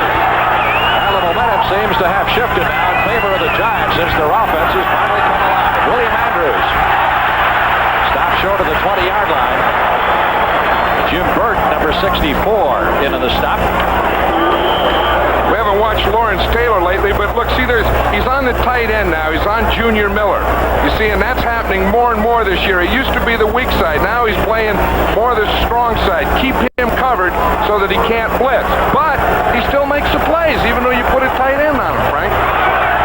He's an incredible football player. Second down, 7. Bartkowski hitting Andrews for short yardage at the 23-yard line. You know, even Perkins, when he told us yesterday, he thought that Taylor is the best player in the league. And I thought, well, maybe defensive. He's the best player in the league. He's only in his second year. Well, you know, probably if you look at it like a guy that did more for a team than anyone else, I think I can see how he could say that. But Lawrence Taylor, I mean, he did an awful lot for this Giant team last year. But a guy who's not playing, Bill Neal did too, a nose tackle. Absolutely. Third down and a long 2 for the first down. Falcons from their 24-yard line trying to keep this drive going. Gerald Riggs on the sweep. And Riggs drives through very close to the first down at the 27-yard line. The Falcons have now gained here in the third quarter 144 yards to 15. Pretty good edge there. That's one of the things about Scott Bruner as a quarterback. He'll never be one of those guys who throws for 60, 65%. The reason being, he doesn't throw a lot of those little dump-off passes. He throws the ball up the field. First down it is for the Atlanta Falcons at their 27-yard line. Last year, Bruner only hit 40% of the year, but he led his team to 5 victories in the last 7 games. Alfred Jackson on the receiving end of that throw from Bartkowski, and that'll be close to another Atlanta first down at the 38-yard line. Giants look like they're trying to get to Bartkowski now. They brought a safety on a blitz on that time. Bartkowski read it and threw that slant to Jackson right where the strong safety left from. These teams are throwing so many blitzes at each other in this game that it's hard to keep up. You know, I think that's one thing that, you know, last week Tampa Bay blitzed very successfully against the Falcons. So Bartkowski told us last night he thought he'd see a lot of it because they didn't pick him up last week. There's that game Bartkowski told us yesterday. It sure didn't do much for building momentum for the start of the regular season when you get blown away 34-0 in your last preseason game. Bartkowski is 10 out of 16 for 108 yards. And Jackson has been his favorite target. By the way, Alfred Jenkins has caught 2 passes, so he has extended his string. He's now caught passes in 90 consecutive games. 2 first downs of this drive now for the Falcons. First and 10 at their own 38.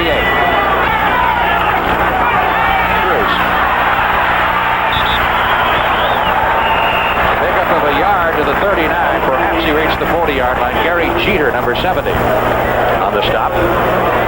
There's a defense. They're talking there. What they're talking about now is that they have to work on the passing. They probably came into the game, they were thinking about the run, but they can play the run. They can handle the run, but they have to concentrate more on the pass. They need a pass rush, and they need better coverage. Second down 9. Falcons from their 40-yard line. 14-7 with 2.5 minutes remaining in the third period. Season opener for both teams at Giant Stadium on a very warm afternoon. Steve Bartkowski over the head of the intended receiver, Alfred Jackson. Now for an NFL Today report. Once again, let's go to Brent Musburger in New York. Frank, the offensive player of the day, Wilbert Montgomery of the Eagles. He has scored 3 touchdowns, including this one on a little slip screen. 42 yards from Ron Jaworski. Wilbert's total yardage on the day, 147 yards. Back to you and John in the Meadowlands. Those Eagles just better keep Montgomery healthy, that's all. That's a good day's work. It's 147 yards. Woo. Third down 9. Falcons at their 40, trying to keep this drive going. One setback, that's Andrews. Sideline throw intended for Jefferson, picked off by Mark Haynes. Giants ball at the 47-yard line. However, there's a penalty marker back at the line of scrimmage. Holding against Atlanta. It'll be declined. You know, earlier Mark Haynes had gotten beat on that deep out. This time he looked like he was waiting for it. See, they have the 4 linemen in. That's their pass rush offense. They have 5 defensive backs. They're running running a stunt. But Bartkowski couldn't step up, couldn't follow through, took a little off. Haynes had the interception. The holding call on Warren Bryant obviously declined. The Giants want the football, and they've got it. 1st and 10 at their 47-yard line with a lot of momentum going their way right now. Nice car. There's a new Toyota that's been getting a lot of notice lately. Nice car. The new Toyota Celica. Nice car. A Celica that carries on the sporty Celica line in space-age fashion with wind tunnel sculptured lines and 5-speed overdrive, a 2.4-liter propulsion system. All the stuff that makes Celica the right stuff. Nice car. Celica. The great American pastime, washing the car. You love to keep it clean on the outside. Prestone worries about the inside, about rust building up inside your radiator. If you don't change your antifreeze when you should, you wouldn't believe the rust and corrosion that could be there. See how bad it can get after you put just 10,000 miles on weak, neglected antifreeze? See the Prestone difference? Don't wait. Put in fresh Prestone now. Deep inside, trust Prestone. Terry Jackson of the Giants continuing to have problems with that knee, back out of it. Doesn't look like he's coming back anytime soon now.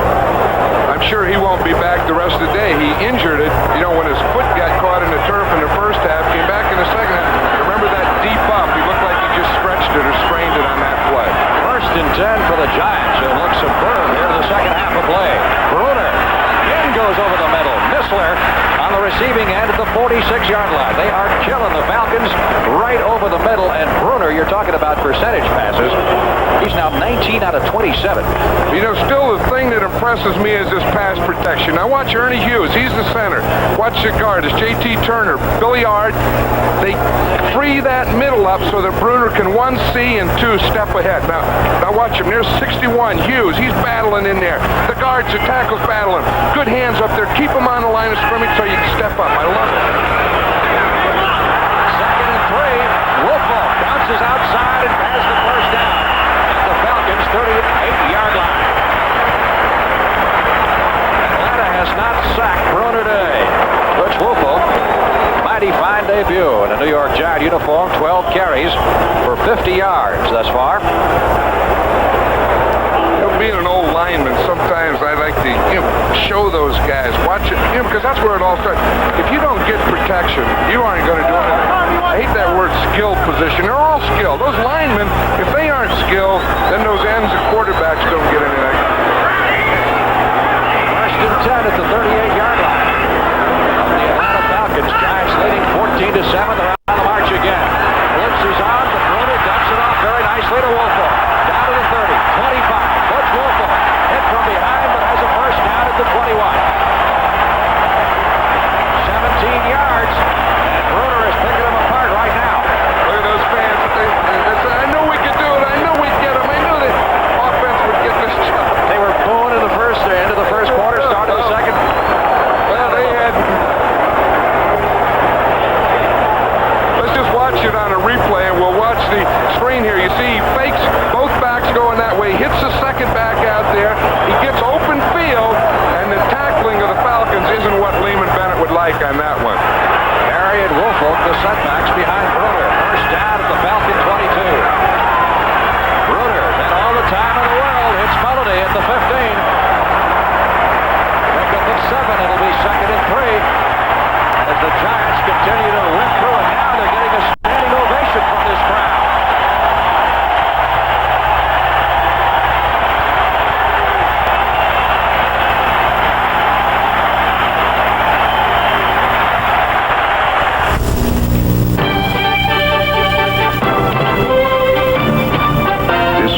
Inexpensive Subaru station wagon not only goes far on a gallon of gas,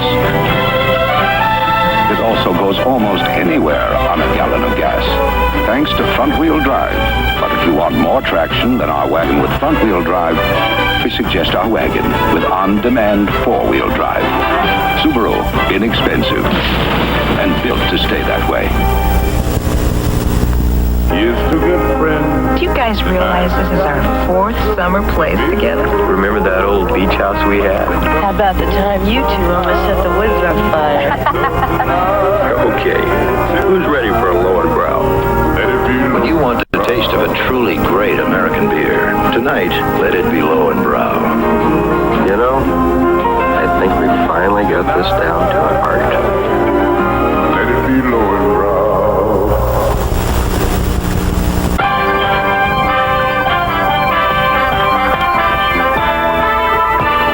CBS Sports coverage of the National Football League is sponsored by Subaru. Inexpensive and built to stay that way. Lowenbrow. When it's time for the taste of a truly great beer, let it be Lowenbrow. And by Honda Motorcycles, inventors of the Honda ATC, the off-road three-wheeler. Scott Brunner back on the field after a short talk with Ray Perkins as we head into the final period of play now. Giants with a 2nd and 3. I don't know what Perkins could have told him except keep it up. Do it again. Atlanta only had the ball for 4.5 minutes in the 3rd period. Giants have really dominated since intermission. 2nd and 3 from the 14-yard line of Atlanta, and then loses a snap. Who got it? Brunner tried to pull away, lost the snap, and the Falcons have recovered. Well, that was a big play here. The Falcons get it. Now watch it. Bruner starts to pull out. He doesn't have the ball with him. Hughes was firing out. It's around there, and a Falcon ends up with it. I'll tell you, that was a big, big play because with a score of 14-7, had the Giants gotten another 7 in there, their defense is too good. We'll return to Giants Stadium after this word from your local station. Next Saturday on CBS Sports. Timely Rider heads the field at the Marlboro Cup next Saturday on CBS Sports. This is CBS. Someday soon, you could very well have the best of everything. But you will have to begin somewhere. And the best place to begin is with the very best beer in the world. The best tasting beer wherever you go. When you think about it, why would you ever have anything else? Come to think of it, I'll have a Heineken.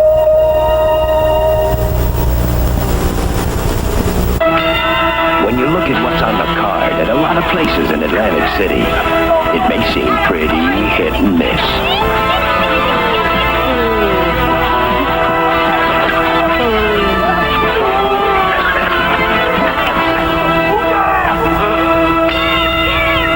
It's not that way at the Sands, and the James Broad Randy Mack ESPN Heavyweight Final is proof. When it comes to boxing at the Sands, we don't play games.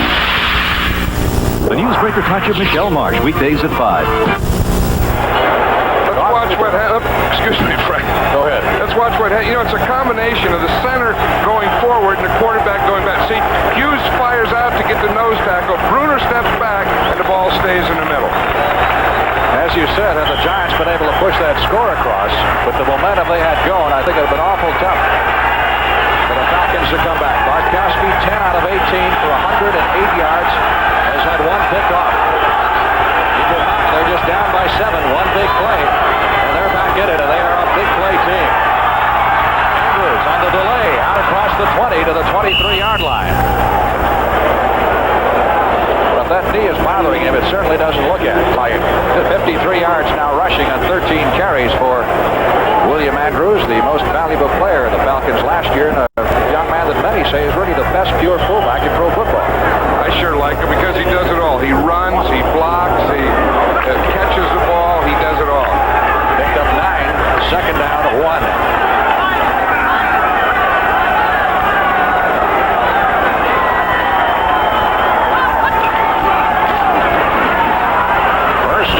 Gerald Riggs pops through over the right side.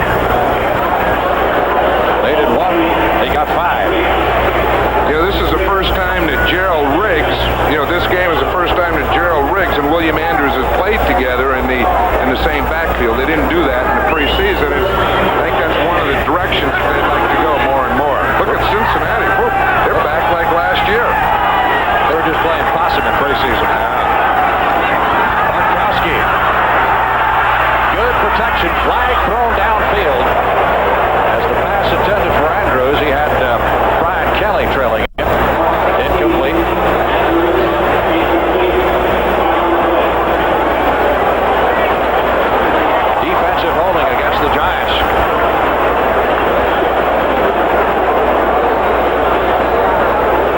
be an automatic first down for the Falcons. And one thing, the Giants don't want to give the Falcons any breaks here because you say they are explosive. They can do things.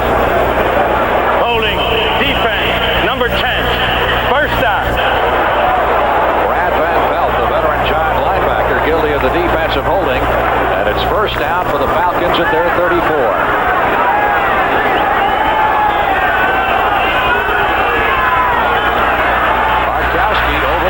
Junior Miller, the tight end, lost the ball. Picked up by Beasley Reese. 40, 45. Reese to midfield. A marker down back of the line of scrimmage. Another flag down.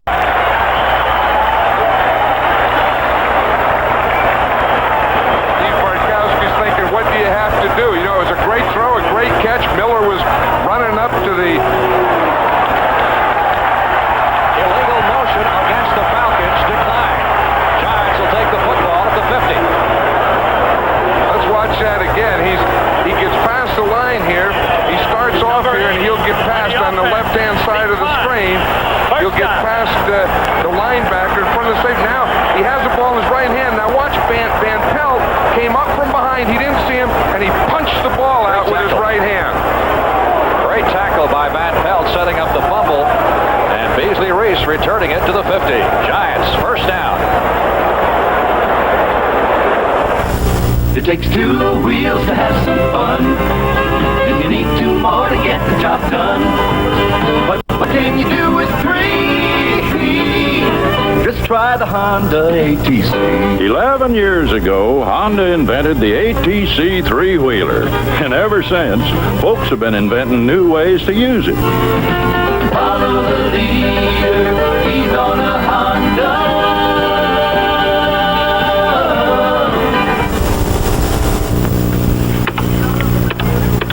Thanks to a remarkable new data communication system, at the touch of a button, a broker anywhere in the country can now get not only stock quotes, but financial statements and business news reports. Even customer portfolios. Gee. No, GTE.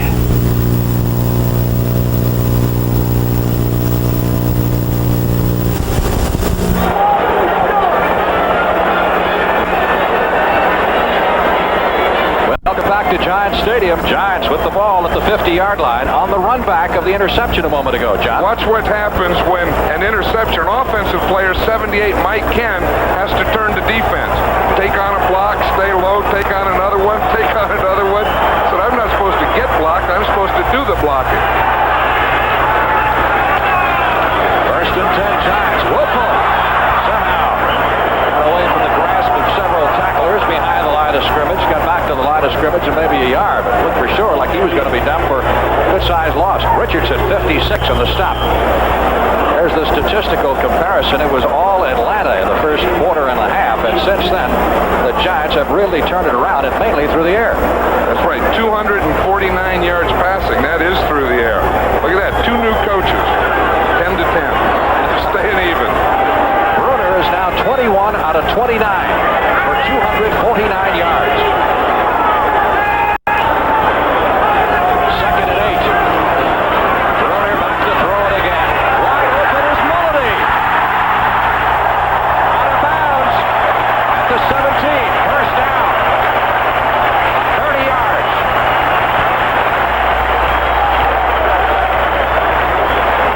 Atlanta has their 5 defensive backs in there. That's number 23, Butler. He's up man to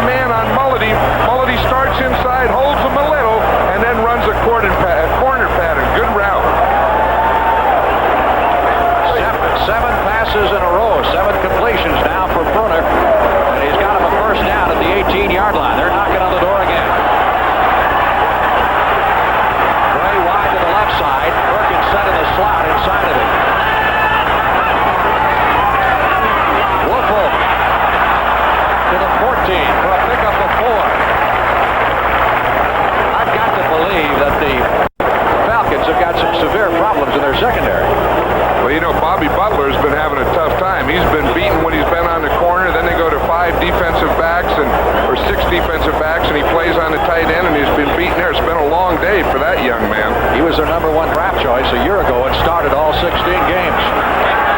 2nd and 6. Giants at the Falcon 14-yard line.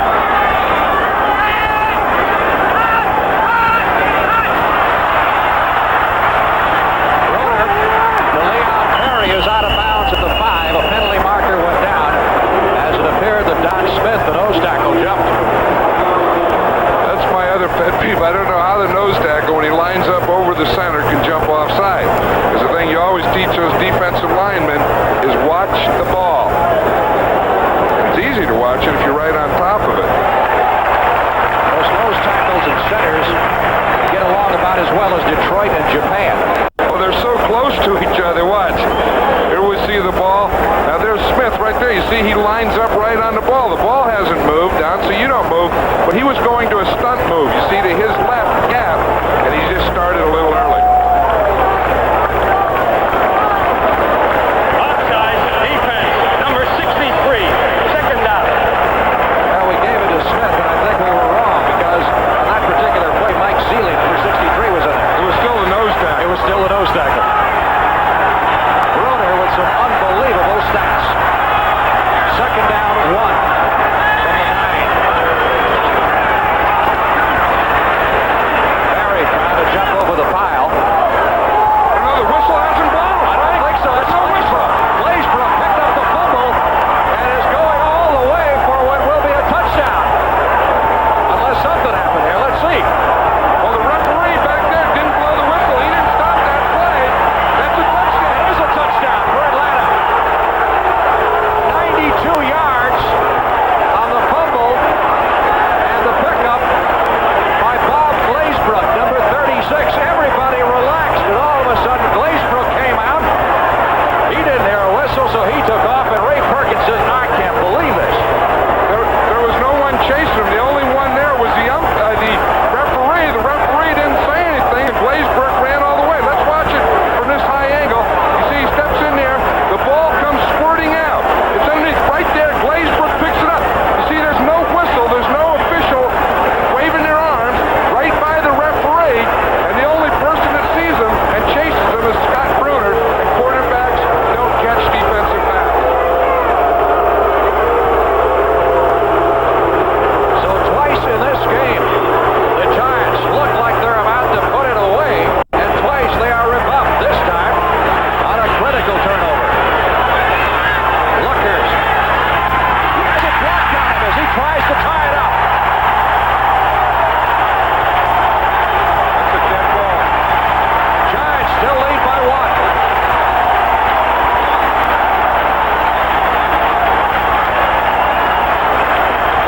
Let's look now. That's a big, big play. Anytime you miss or have an extra point block, it always comes back to haunt you. Now watch it. It comes right there. It looks like there's Lawrence Taylor. He came from the right side, penetrated, threw his right arm up, and got a piece of it with his right hand. Great players make big plays when they're needed. Well, they call him Superman, among other things. And when he has that football uniform on, I think he feels like Superman. He certainly plays like it. 1 point difference between the Giants and the Falcons with 11 minutes and 36 seconds left in the game.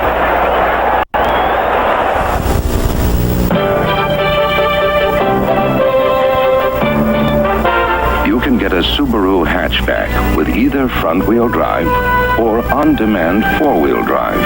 Either way, the most important drive they put you on is in economy drive, with low sticker prices and the kind of mileage that lets you feed your family instead of your car. Subaru, inexpensive and built to stay that way. Once you put motor oil in a can, you can't see it, you can't feel it, you can't watch it work. So how do you know how good it is? At Quaker State, we put it in writing. We back up our quality with a lifetime guarantee. How do you know how good Quaker State is? We guarantee every new car engine against oil-related failure for as long as you own your car. We put it in writing. We're working to keep your car staying on the road. How do you know how good Quaker State is? We put it in writing. No one else does.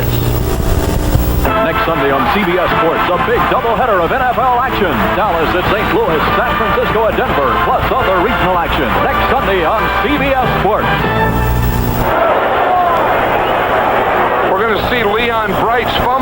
now the big touchdown play, and we'll see that the ball did come out before he hit the ground. Now watch, he starts into the middle here. There's a big pile. There's the ball right there. See it coming out. There it is, right there.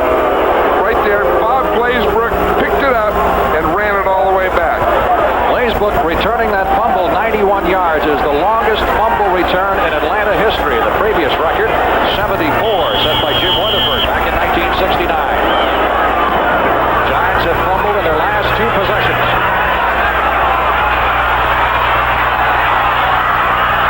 Giants needing a big play at this particular point. Didn't get it there. Mike Dennis returning it. Shy of the 20-yard line. Again, doubleheader time on CBS next Sunday afternoon, highlighted by the battle at Bush Memorial Stadium between the Cowboys and the Cardinals. And that's always a battle. You know, and anytime you have O.J. Anderson on your team, he's a guy that can have the type of day that Wilbert Montgomery had today. Talk about young upcoming quarterbacks, Neil Lomax certainly. And the second half of the twin bill, the 49ers, the defending world champions, and the Denver Broncos. 49ers got a lot of injury problems. And how about the Bronco quarterback? Is he a young upcoming quarterback? Yes, Mr. Morton. That's the opposite of a young upcoming. First and 10, Giants at their 16-yard line. Scott Bruner trying to do it all over again. It's Holiday over the middle at the 25. It has got to be a little discouraging now. The Giants have driven deep twice, and twice they have fumbled, and once, of course, it's cost them a touchdown. I know it, but you know, the big play is, we look at the miscues here. Look, they had a fumble, the Falcons got a touchdown. They had another fumble, and then the Falcons fumbled, then the third fumble, touchdown. So 3 fumbles resulted in 2 Falcon touchdowns. Turnover is the name of the game, and that's been the case here at Giant Stadium today. Second down. Less than a yard needed for the first down. Coach Wolford up behind the line of scrimmage and spun down for a loss. At the 21-yard line, Joel Williams, number 58. Breeze through there. You know, earlier, Frank, we talked about how important teams are, and in these early games, every season, it seems like special teams will win or lose some games. I think we have to remember that that blocked extra point by Lawrence Taylor may turn out to be the biggest play in this entire 60-minute football game. It's been the difference so far, 1 point separating these two teams as Cincinnati continues to pour it on Houston. That game now in the 4th period. Third down and 5. Giants from their 21. Pressure on Bruner, but he gets it away. Leon Perry can't hold it. Glazebrook defending. And the Giants will have to punt. That's about the first time this half that the Falcons have stopped the Giants, for the case of the Giants stopping themselves. I haven't remembered Dave Jennings in the game for about an hour and a half. Watch here, you see he gets pressure up the middle. He did get rid of the ball because he's so tall and he can see. Throw over pressure. There's Jennings. He could have left. Went out to lunch. Takes something to lead the league this week after that kind of number being put on the board by Jennings, averaging better than 51 yards a punt at his 3 kicks.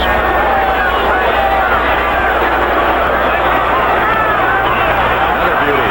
Billy White Shoes Johnson fading back to his 20. It's a block to the 25, to the 30. White Shoes almost broke it.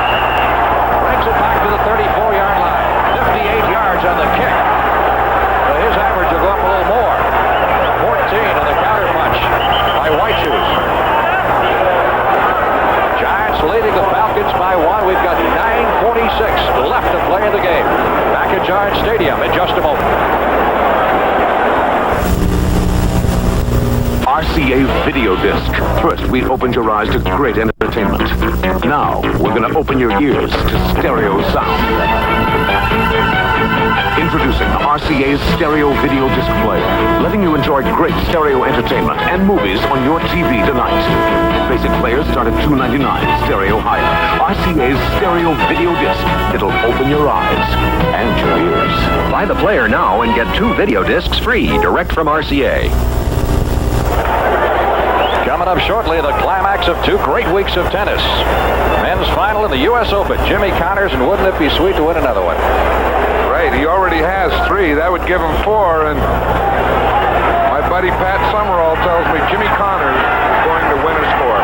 And of course, the rare double, which he achieved once before, winning at the same year. First and 10. Bartkowski for Junior Miller, who can't reach it. Steve is a little upset there with himself. He knew that he had what he wanted. You know, he had Junior Miller down the middle on a deep pattern, and he had him on single coverage, man-to-man, and he just threw it a little more. But that's what you're looking for. There's the quarterback comparison, and Bruner continues to have much the better of it in the throwing department, as he has just picked apart the Atlanta Falcons this afternoon. Again, keep in mind the Giants didn't even have the first down till 6.5 minutes were remaining in the first half. Second and 10 from the 34. Riggs is the man in motion. Andrews lost his balance at the line of scrimmage, wound forward for 3 or 4, taking it out to the 38-yard line. You know, looking at those stats on Bruner, you know who has to be a happy man today is Scott Bruner's dad.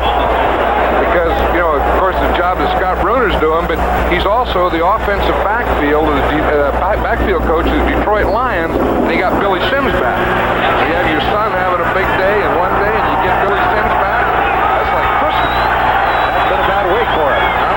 Third down 6. Again, a big play, and the Giants faking blitz. Let's see if they're faking. Flag goes down, and again, the Falcons will be penalized for delay of game. They may have confused Bartkowski a little. They had 11 people on the line of scrimmage again, John. That was that all-out blitz. You know, that comes from the New England Patriots. Offense, number 10.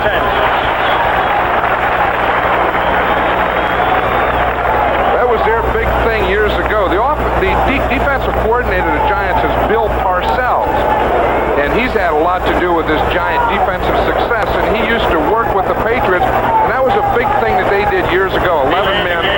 Number 10. Offense, third down. 11 men up on the line, and you bring some and then drop some off. 7 penalties against Atlanta for 48 yards. Giants have been penalized 5 times for 43. And of course, they've had problems in the pass.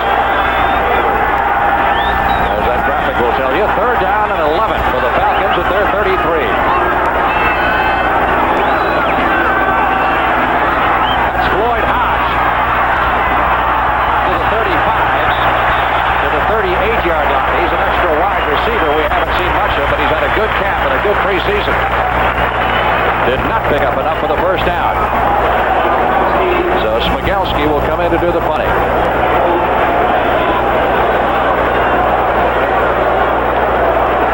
8 minutes, 48 seconds left to play in the game. Leon Bright of the Giants will be the deep man. Smigelski, brand new punter for the Falcons. Put up bad figures on Bright. Anytime you get your return figures in double numbers, you're doing all right. 10 men on the line of scrimmage. Looks like a track meet. Lining up waiting for the gun. Bright at the 15.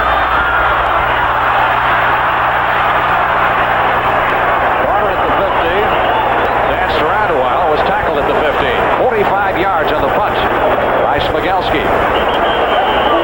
And the Giants continue to cling to that precarious lead. The margin of a blocked extra point, 14-13.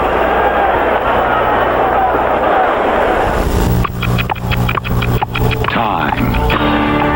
When you ship air cargo, time really is money. That's why Flying Tigers makes you this 100% on-time guarantee. No matter what you have to ship, we'll pick it up, fly it, and deliver it virtually anywhere in the country on time. Or you don't pay. Flying Tigers. It's on time, or it's on us.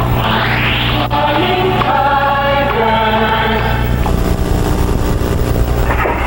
Bob and Sandy Davis needed 2 incomes to afford the home they wanted. Then tragedy struck. Allstate update. Joint mortgage protection. Sandy died before the mortgage was paid. Allstate Life's joint mortgage protection could have helped pay off their mortgage if either of them died for less than the price of 2 policies. But the Davises didn't have it. If you both work, talk to an Allstate agent. For life, home, and auto, put yourself in good hands. The irrepressible Jimmy Connors meets the man who stopped John McEnroe, Yvonne Lendl. The men's final of the U.S. Open Tennis Championships on CBS Sports next. Leon Bright was a little unhappy during that punt return, and well, the officials don't get them all, do they? Well, there's 7 of them out there. Watch number 52, Lyman White here. Leon Bright's return. Watch that. The right hand right there. He grabs the face mask. Bright knocks him off with his left hand. Then he claimed he complained to the official about it, but it didn't do any good. They missed that one. No penalty called, and the Giants have a first down at their 15-yard line. Butch Wilford hanging on to that ball for dear life as he crossed the 20-yard line. 2 costly fumbles on 2 Giant possessions here. Look at that. The Green Bay Packers are coming back. Only 2 points down to the Rams. Field goal would put them up. Lynn Dickey has hit Lofton on a 15-yard touchdown pass. Eddie Lee Ivory has run for a touchdown. Vikings in front of Tampa Bay, 14-3. Our score, 14-13. The Giants leading the Falcons.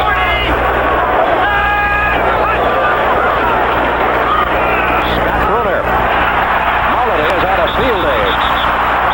Lost the ball, but they say he was down at the 30-yard line, and that should be enough for the first down. One thing, the Giants have had fumbles today, but this Atlanta defense is a swarming defense.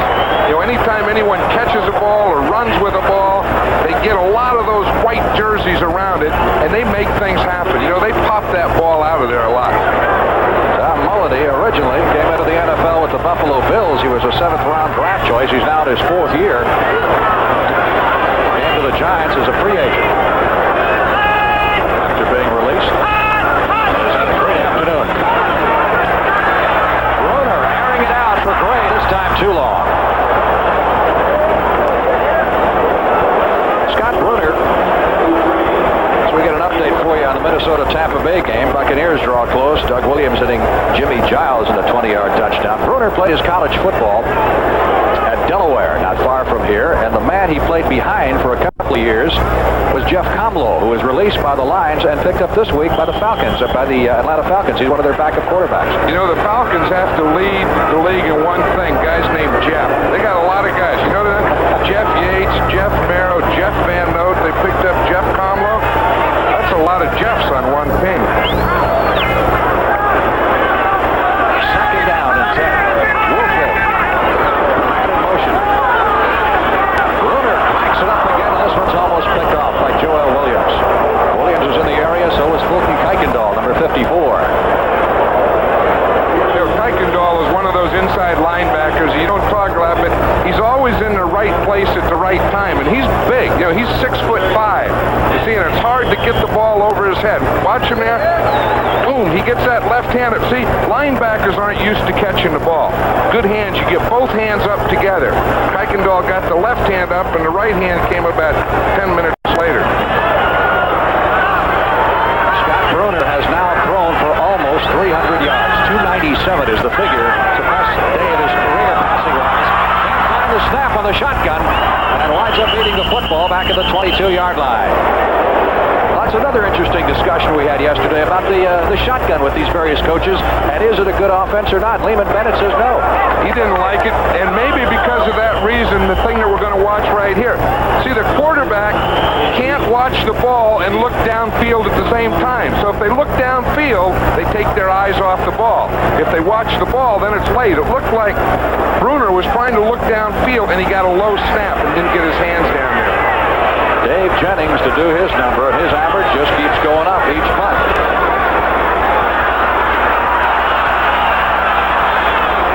And the 30-second clock run down to 2 seconds before the ball was snapped.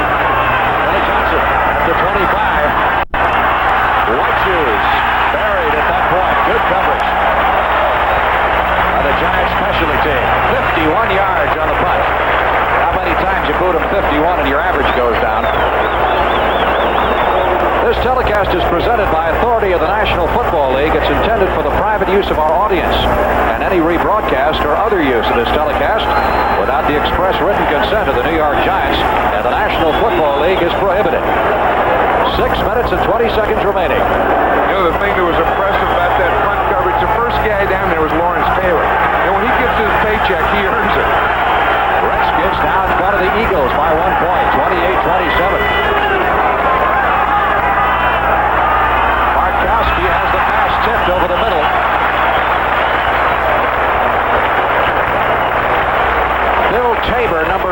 I believe, got his hands up. That's one thing. You know, on a rush, you don't always have to sack the quarterback. What you want to do is push. Here's Tabor. He's coming in from the right side. Right there. No. That wasn't Tabor. It was the shortest guy in the defensive line. Well, that's Tabor. He's coming in, number 80. You see they're double teaming. I got him. Keep him there. And then Jim Burt gets his hand up and knocks it down. 6'1". Not short anymore. Andrews on the carry to the 29-yard line. Well, the Falcons are going to have to do it against the third-ranked defense in the league. This is where the Giants usually come to the fore. Packers have moved out in front of the LA Rams. The Rams were way out in front of that game. And the Packers just scored 2 touchdowns in 17 seconds. That's getting work done pretty quickly. Dickey hitting James Lofton and then hitting his tight end Paul Kaufman. And they're probably going wild in Milwaukee right about now. Third down. And they're booing in Anaheim. That's right. 6 needed for the first down for the Falcons.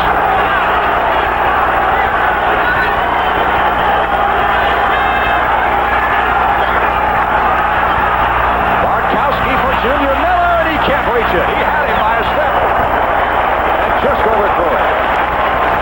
Junior Miller drew a crowd that time. The last time he had 1-on-1. That time he had 3-on-1. We got a flag. Penalty marker, we'll check on it in just a moment. Right now, let's go to Brent Musburger in New York. Yeah, Frank, here's that story you just reported. It's unbelievable. The Packers trailed the Rams by 23 at the half. Dickey has struck for 3 touchdowns. That's the one to Paul Kaufman. The Rams fumbled the kickoff return just moments before it. That keyed it. Back to you in the Meadowlands. Okay, Brent, we'll follow the progress of that game as well as this one, which is getting a little tight right now. Penalty marker down on that play. Ineligible receiver, number 80, downfield on offense.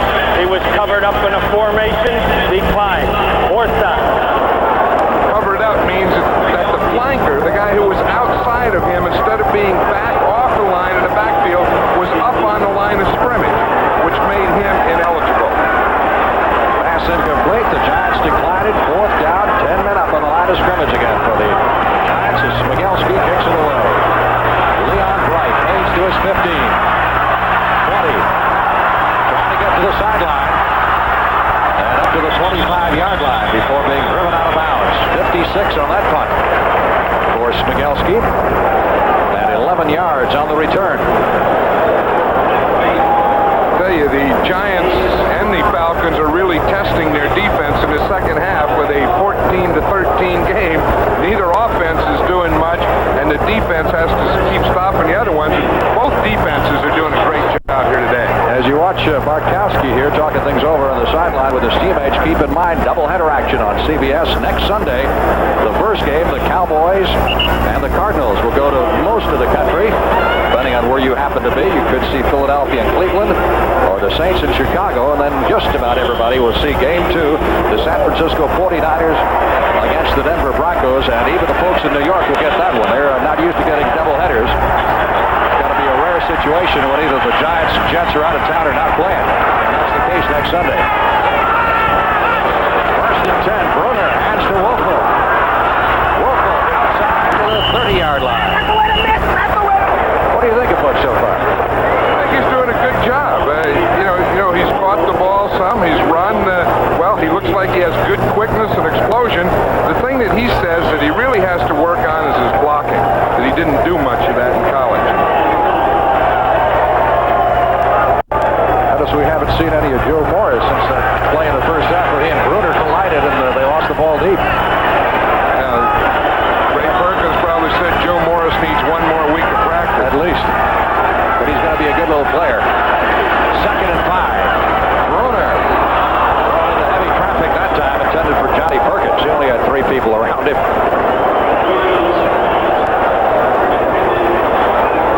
Bruner, of course, is just in his 3rd year. Started 1 game as a rookie. Came on last year when Phil Simms was hurt. Did a great job leading the Giants into the playoffs. Of course, they beat the Eagles for their first playoff victory since 1957. Today, Giants trying to keep a string intact against the Falcons of never having lost to them at Giant Stadium. 3rd down, 5 from the 30.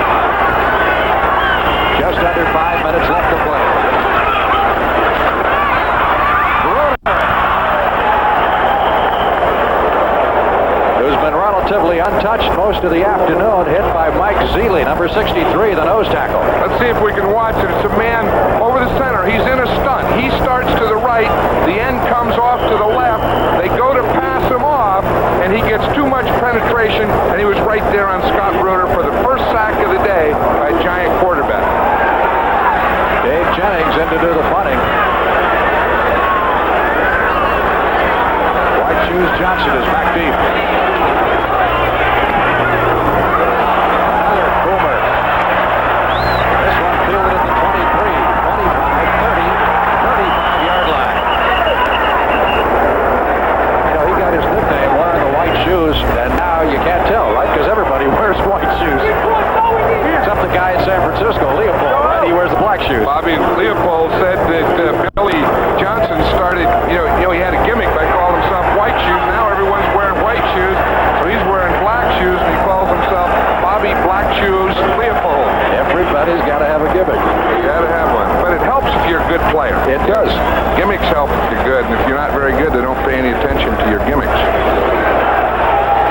54 on that kick by Jennings, and a first down for the Falcons at their 35, and the clock is becoming a factor now with Atlanta trailing by 1 point.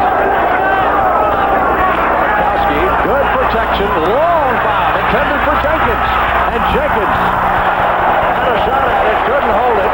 Mike Dennis, number 46, was back there, and that went off the top of either Jenkins or Dennis' helmet. I'll tell you, they are testing out Mike Dennis. You know, Bartkowski wants it. He wants to get the big one on one play. It looks like Jenkins is just starting to go by him. The ball's here. He had good position. It looks like it hit Jenkins on the shoulder pad. I thought it hit him in the head. Hit him on top of the helmet. Well, it's better to say shoulder pads. You know, it's embarrassing to get hit in the head in anything. If you say shoulder pads, that's a football term. Yeah, he hit him in the shoulder. Well, we're going to look at it one more time to prove me wrong. Let's see him get hit on the shoulder pads, John. See, right there in the shoulder pads. That's high shoulders. He blinked his eyes as he got hit in the shoulder pads. So that was in the head. Second and 10. Andrews up to the 37-yard line. 16 carries for 63 yards for William Andrews, and it's a good day for oxygen if you happen to be down on the artificial turf where the temperature is around 100 or a little beyond. Officially, at game time, it was 85 and rising on this late summer day. It was 85 up in the air, but it's a lot warmer down there. You know, the one thing I think Atlanta has to do is start getting some first downs. You know, instead of maybe those deep ones right now all on one play, just pick it up, 10, 12, 15, you know, those types of shots. They got a 3rd and 8 right now, their 37-yard line with 3.5 minutes left to play in the game. Open over the middle for the first down is Alfred Jackson, who took it on the 50 and carried it to the Giant 47. And keep in mind, a field goal is all the Falcons need at this point. Let's watch Jackson here. He's coming from the left side, and he's just going to run an in move. He runs up. It's a zone defense. He comes under control in there. Bartkowski hits him right in the seam. I think those types of passes are the things that they have to get going right now. Jackson has caught 5 passes for 63 yards. Atlanta 1st and 10 at the Giant 47-yard line. Bartkowski really drilled that one. He hit Alfred Jenkins, and that pass was no more than 6 or 7 yards off the ground, and a real bullet from about 30 yards away. And as we said earlier, there's no one that can throw this pass as well as Steve Bartkowski. You know, he's big, he's strong-armed. Some people say he's not quick enough. But when you throw the ball and you zip it like that, put the mustard on it like that, you don't have to be quick. You don't have to run. That's a throw. And it's obvious, once again, the Falcons are working on Mike Dennis, who's filling in for the injured Terry Jackson at the right cornerback position. First down. Atlanta has now moved to the Giant 28-yard line. Just over 2 minutes left. This will be the 2-minute warning after this play. Riggs carries it to the 27. But they are already within long field goal range of Luckhurst. And there's the man who could make the difference in this game. Mick Luckhurst, the Atlanta Falcons place kicker. Timeout. 2-minute warning going to both benches with the Giants leading by 1. At Ford Motor Company, quality is job one. This is one of 800 employee involvement groups formed by Ford and the UAW. You're concerned with getting that piston in the engine. Together, this employee involvement group is working on the engine of the future. What the rings are doing now is setting right on a piece of carbide steel. Solutions before they become problems. Another reason the quality of our cars has improved an average 48% since 1980. Ford quality is job one. Here's two good friends tonight. Haven't they been down there long enough? I know how to get them up. Must say something more. What are you doing? Fishing. Tonight, let it be low and brown. When you want a taste of a truly great American beer, tonight, let it be low and brown. Why were you guys down there so long? Just waiting for a good breeze to come up. Let it be low and brown. First final score of the new NFL season, Cincinnati beating the Houston Oilers 27-6. And establishing themselves firmly in the NFC Central. Be interesting if this does get down to Luckers. That extra point he missed earlier was blocked on him. Was the first of his career. He had hit 52 straight. 51 last year as a rookie, and the one after the first touchdown. So it'll be interesting to see if he gets an opportunity to pull it out. Second down. Ball at 10 for the first down. Falcons at the Giant 28.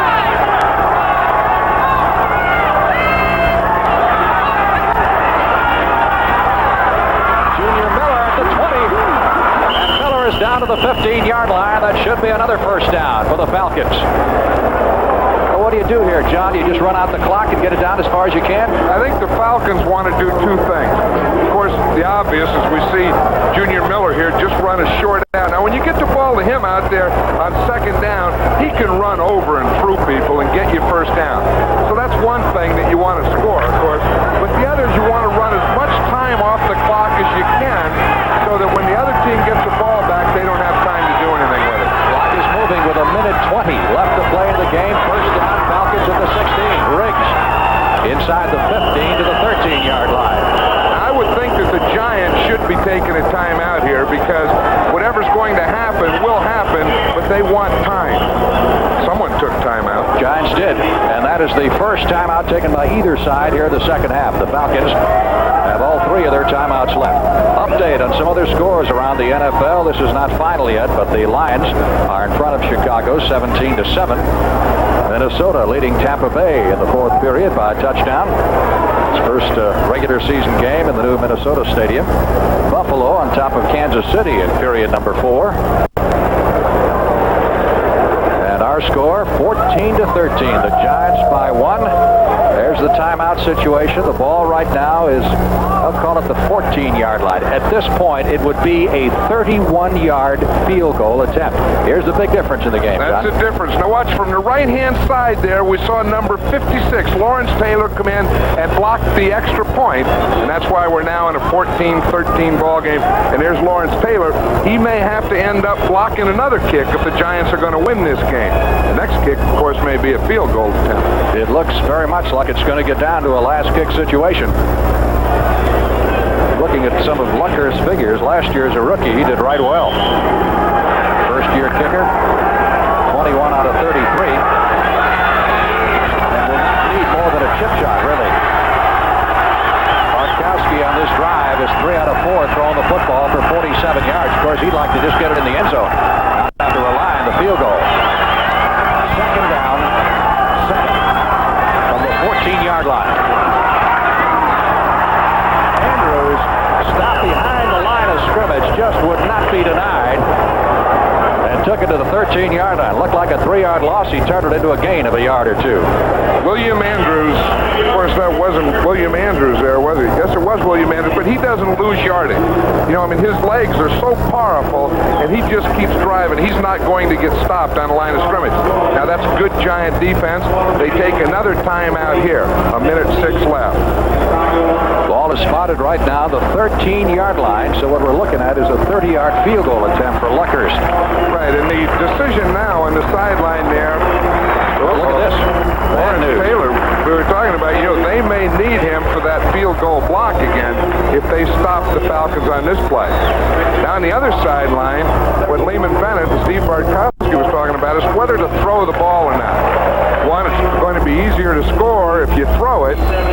you don't run any time off the clock. So if they run it, then they'll probably have to have that man Luckers kick it. If the Giants wind up losing this, I think they could look back on their own turnovers is the big difference. Bartkowski getting the word from his head coach, Lehman Bennett, on the sidelines. Lehman in his 6th year in the NFL. And there is Mick Luckhurst, young Englishman. He's not thinking about getting married right now. I'll tell you, it's a tough kick. It's on the left hash mark, and he's a left-footed kicker. He has to draw the ball in a little. Maybe they'll try and run the ball and get it in the middle of the field for him. Let's see. All right, 3rd down, 7. Falcons at the Giant 13-yard line. Giants down to their last time out. One running back.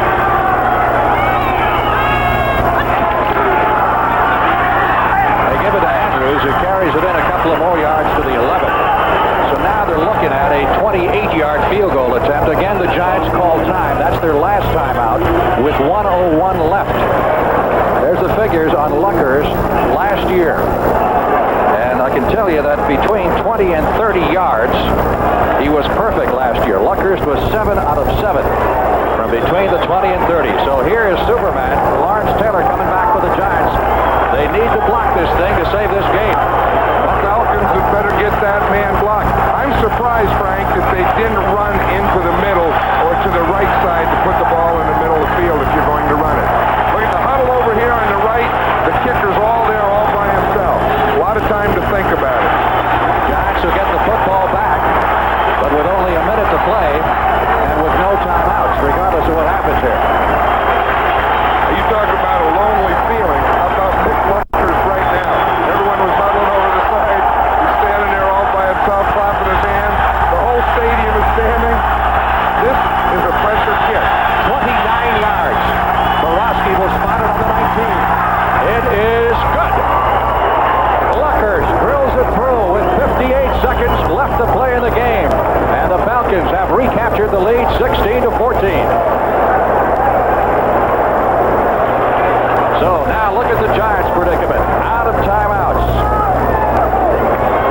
And Ray Perkins needs to have a wrap it up his sleeve here. I imagine they paid a lot of attention to Taylor. Watch 56 Taylor. See, he's trying to take that inside move again. And the Atlanta Falcons are just a solid line in there. They don't let that penetration get back to their kicker. So Taylor's reaction, pounding the artificial turf in his frustration. Atlanta drive took them 9 plays, started on their own 35-yard line and culminating in the 29-yard field goal by Luckhurst. And of course, the big thing you think about now are those Giants turnovers that were turned into Atlanta scores, and because the Giants really did move the ball well, and they did. Of course, you still have to credit that Atlanta defense because they are the swarming team that causes those types of things. But we still have 58 seconds there to watch. Well, twice the Giants down inside the 10 once they fumbled it away. An exchange between the center and runner, and the second time, of course, Perry fumbles, and Glazebrook picks it up and goes 91. Leon Wright is the deep man. They need a return there. At the 1, 10, 15. And he will be stopped short of the 20-yard line. No timeouts left for the Giants, and 51 seconds on the clock. The executive producer of the NFL on CBS, Terry O'Neill, our senior producer, Chuck Milton. Own 17-yard line. Broder for the sidelines, and very lucky not to get that picked off.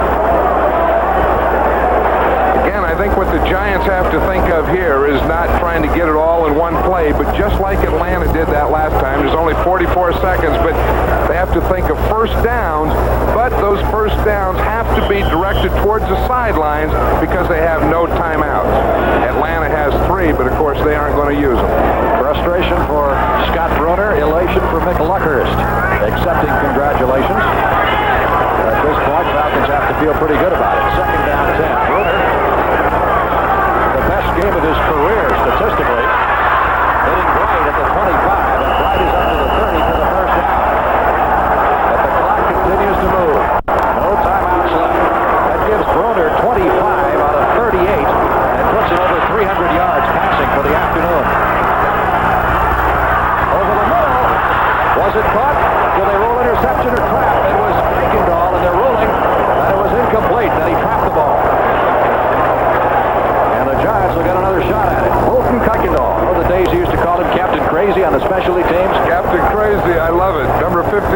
linebacker Captain Crazy. What a nickname that is.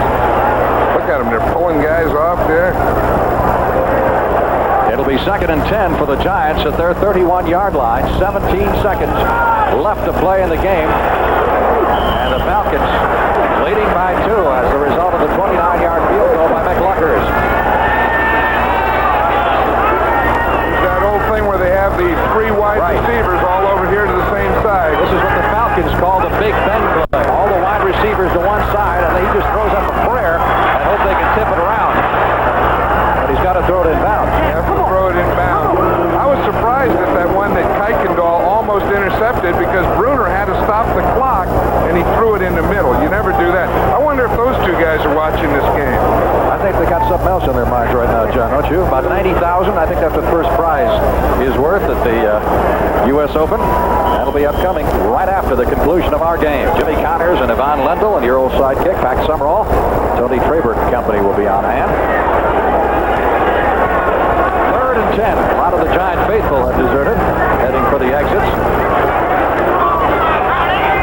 Giants will get Green Bay next. It'll be a Monday night game next week. This has got to be a heartbreaker, though, if they don't pull it out. Penalty marker down, and the pass is intercepted far downfield as Kenny Johnson picks it off for the Atlanta Falcons. If the penalty is against the Giants, that's it. Clock is run down to 0. The penalty is holding against Atlanta. It's declined. The football game is ended.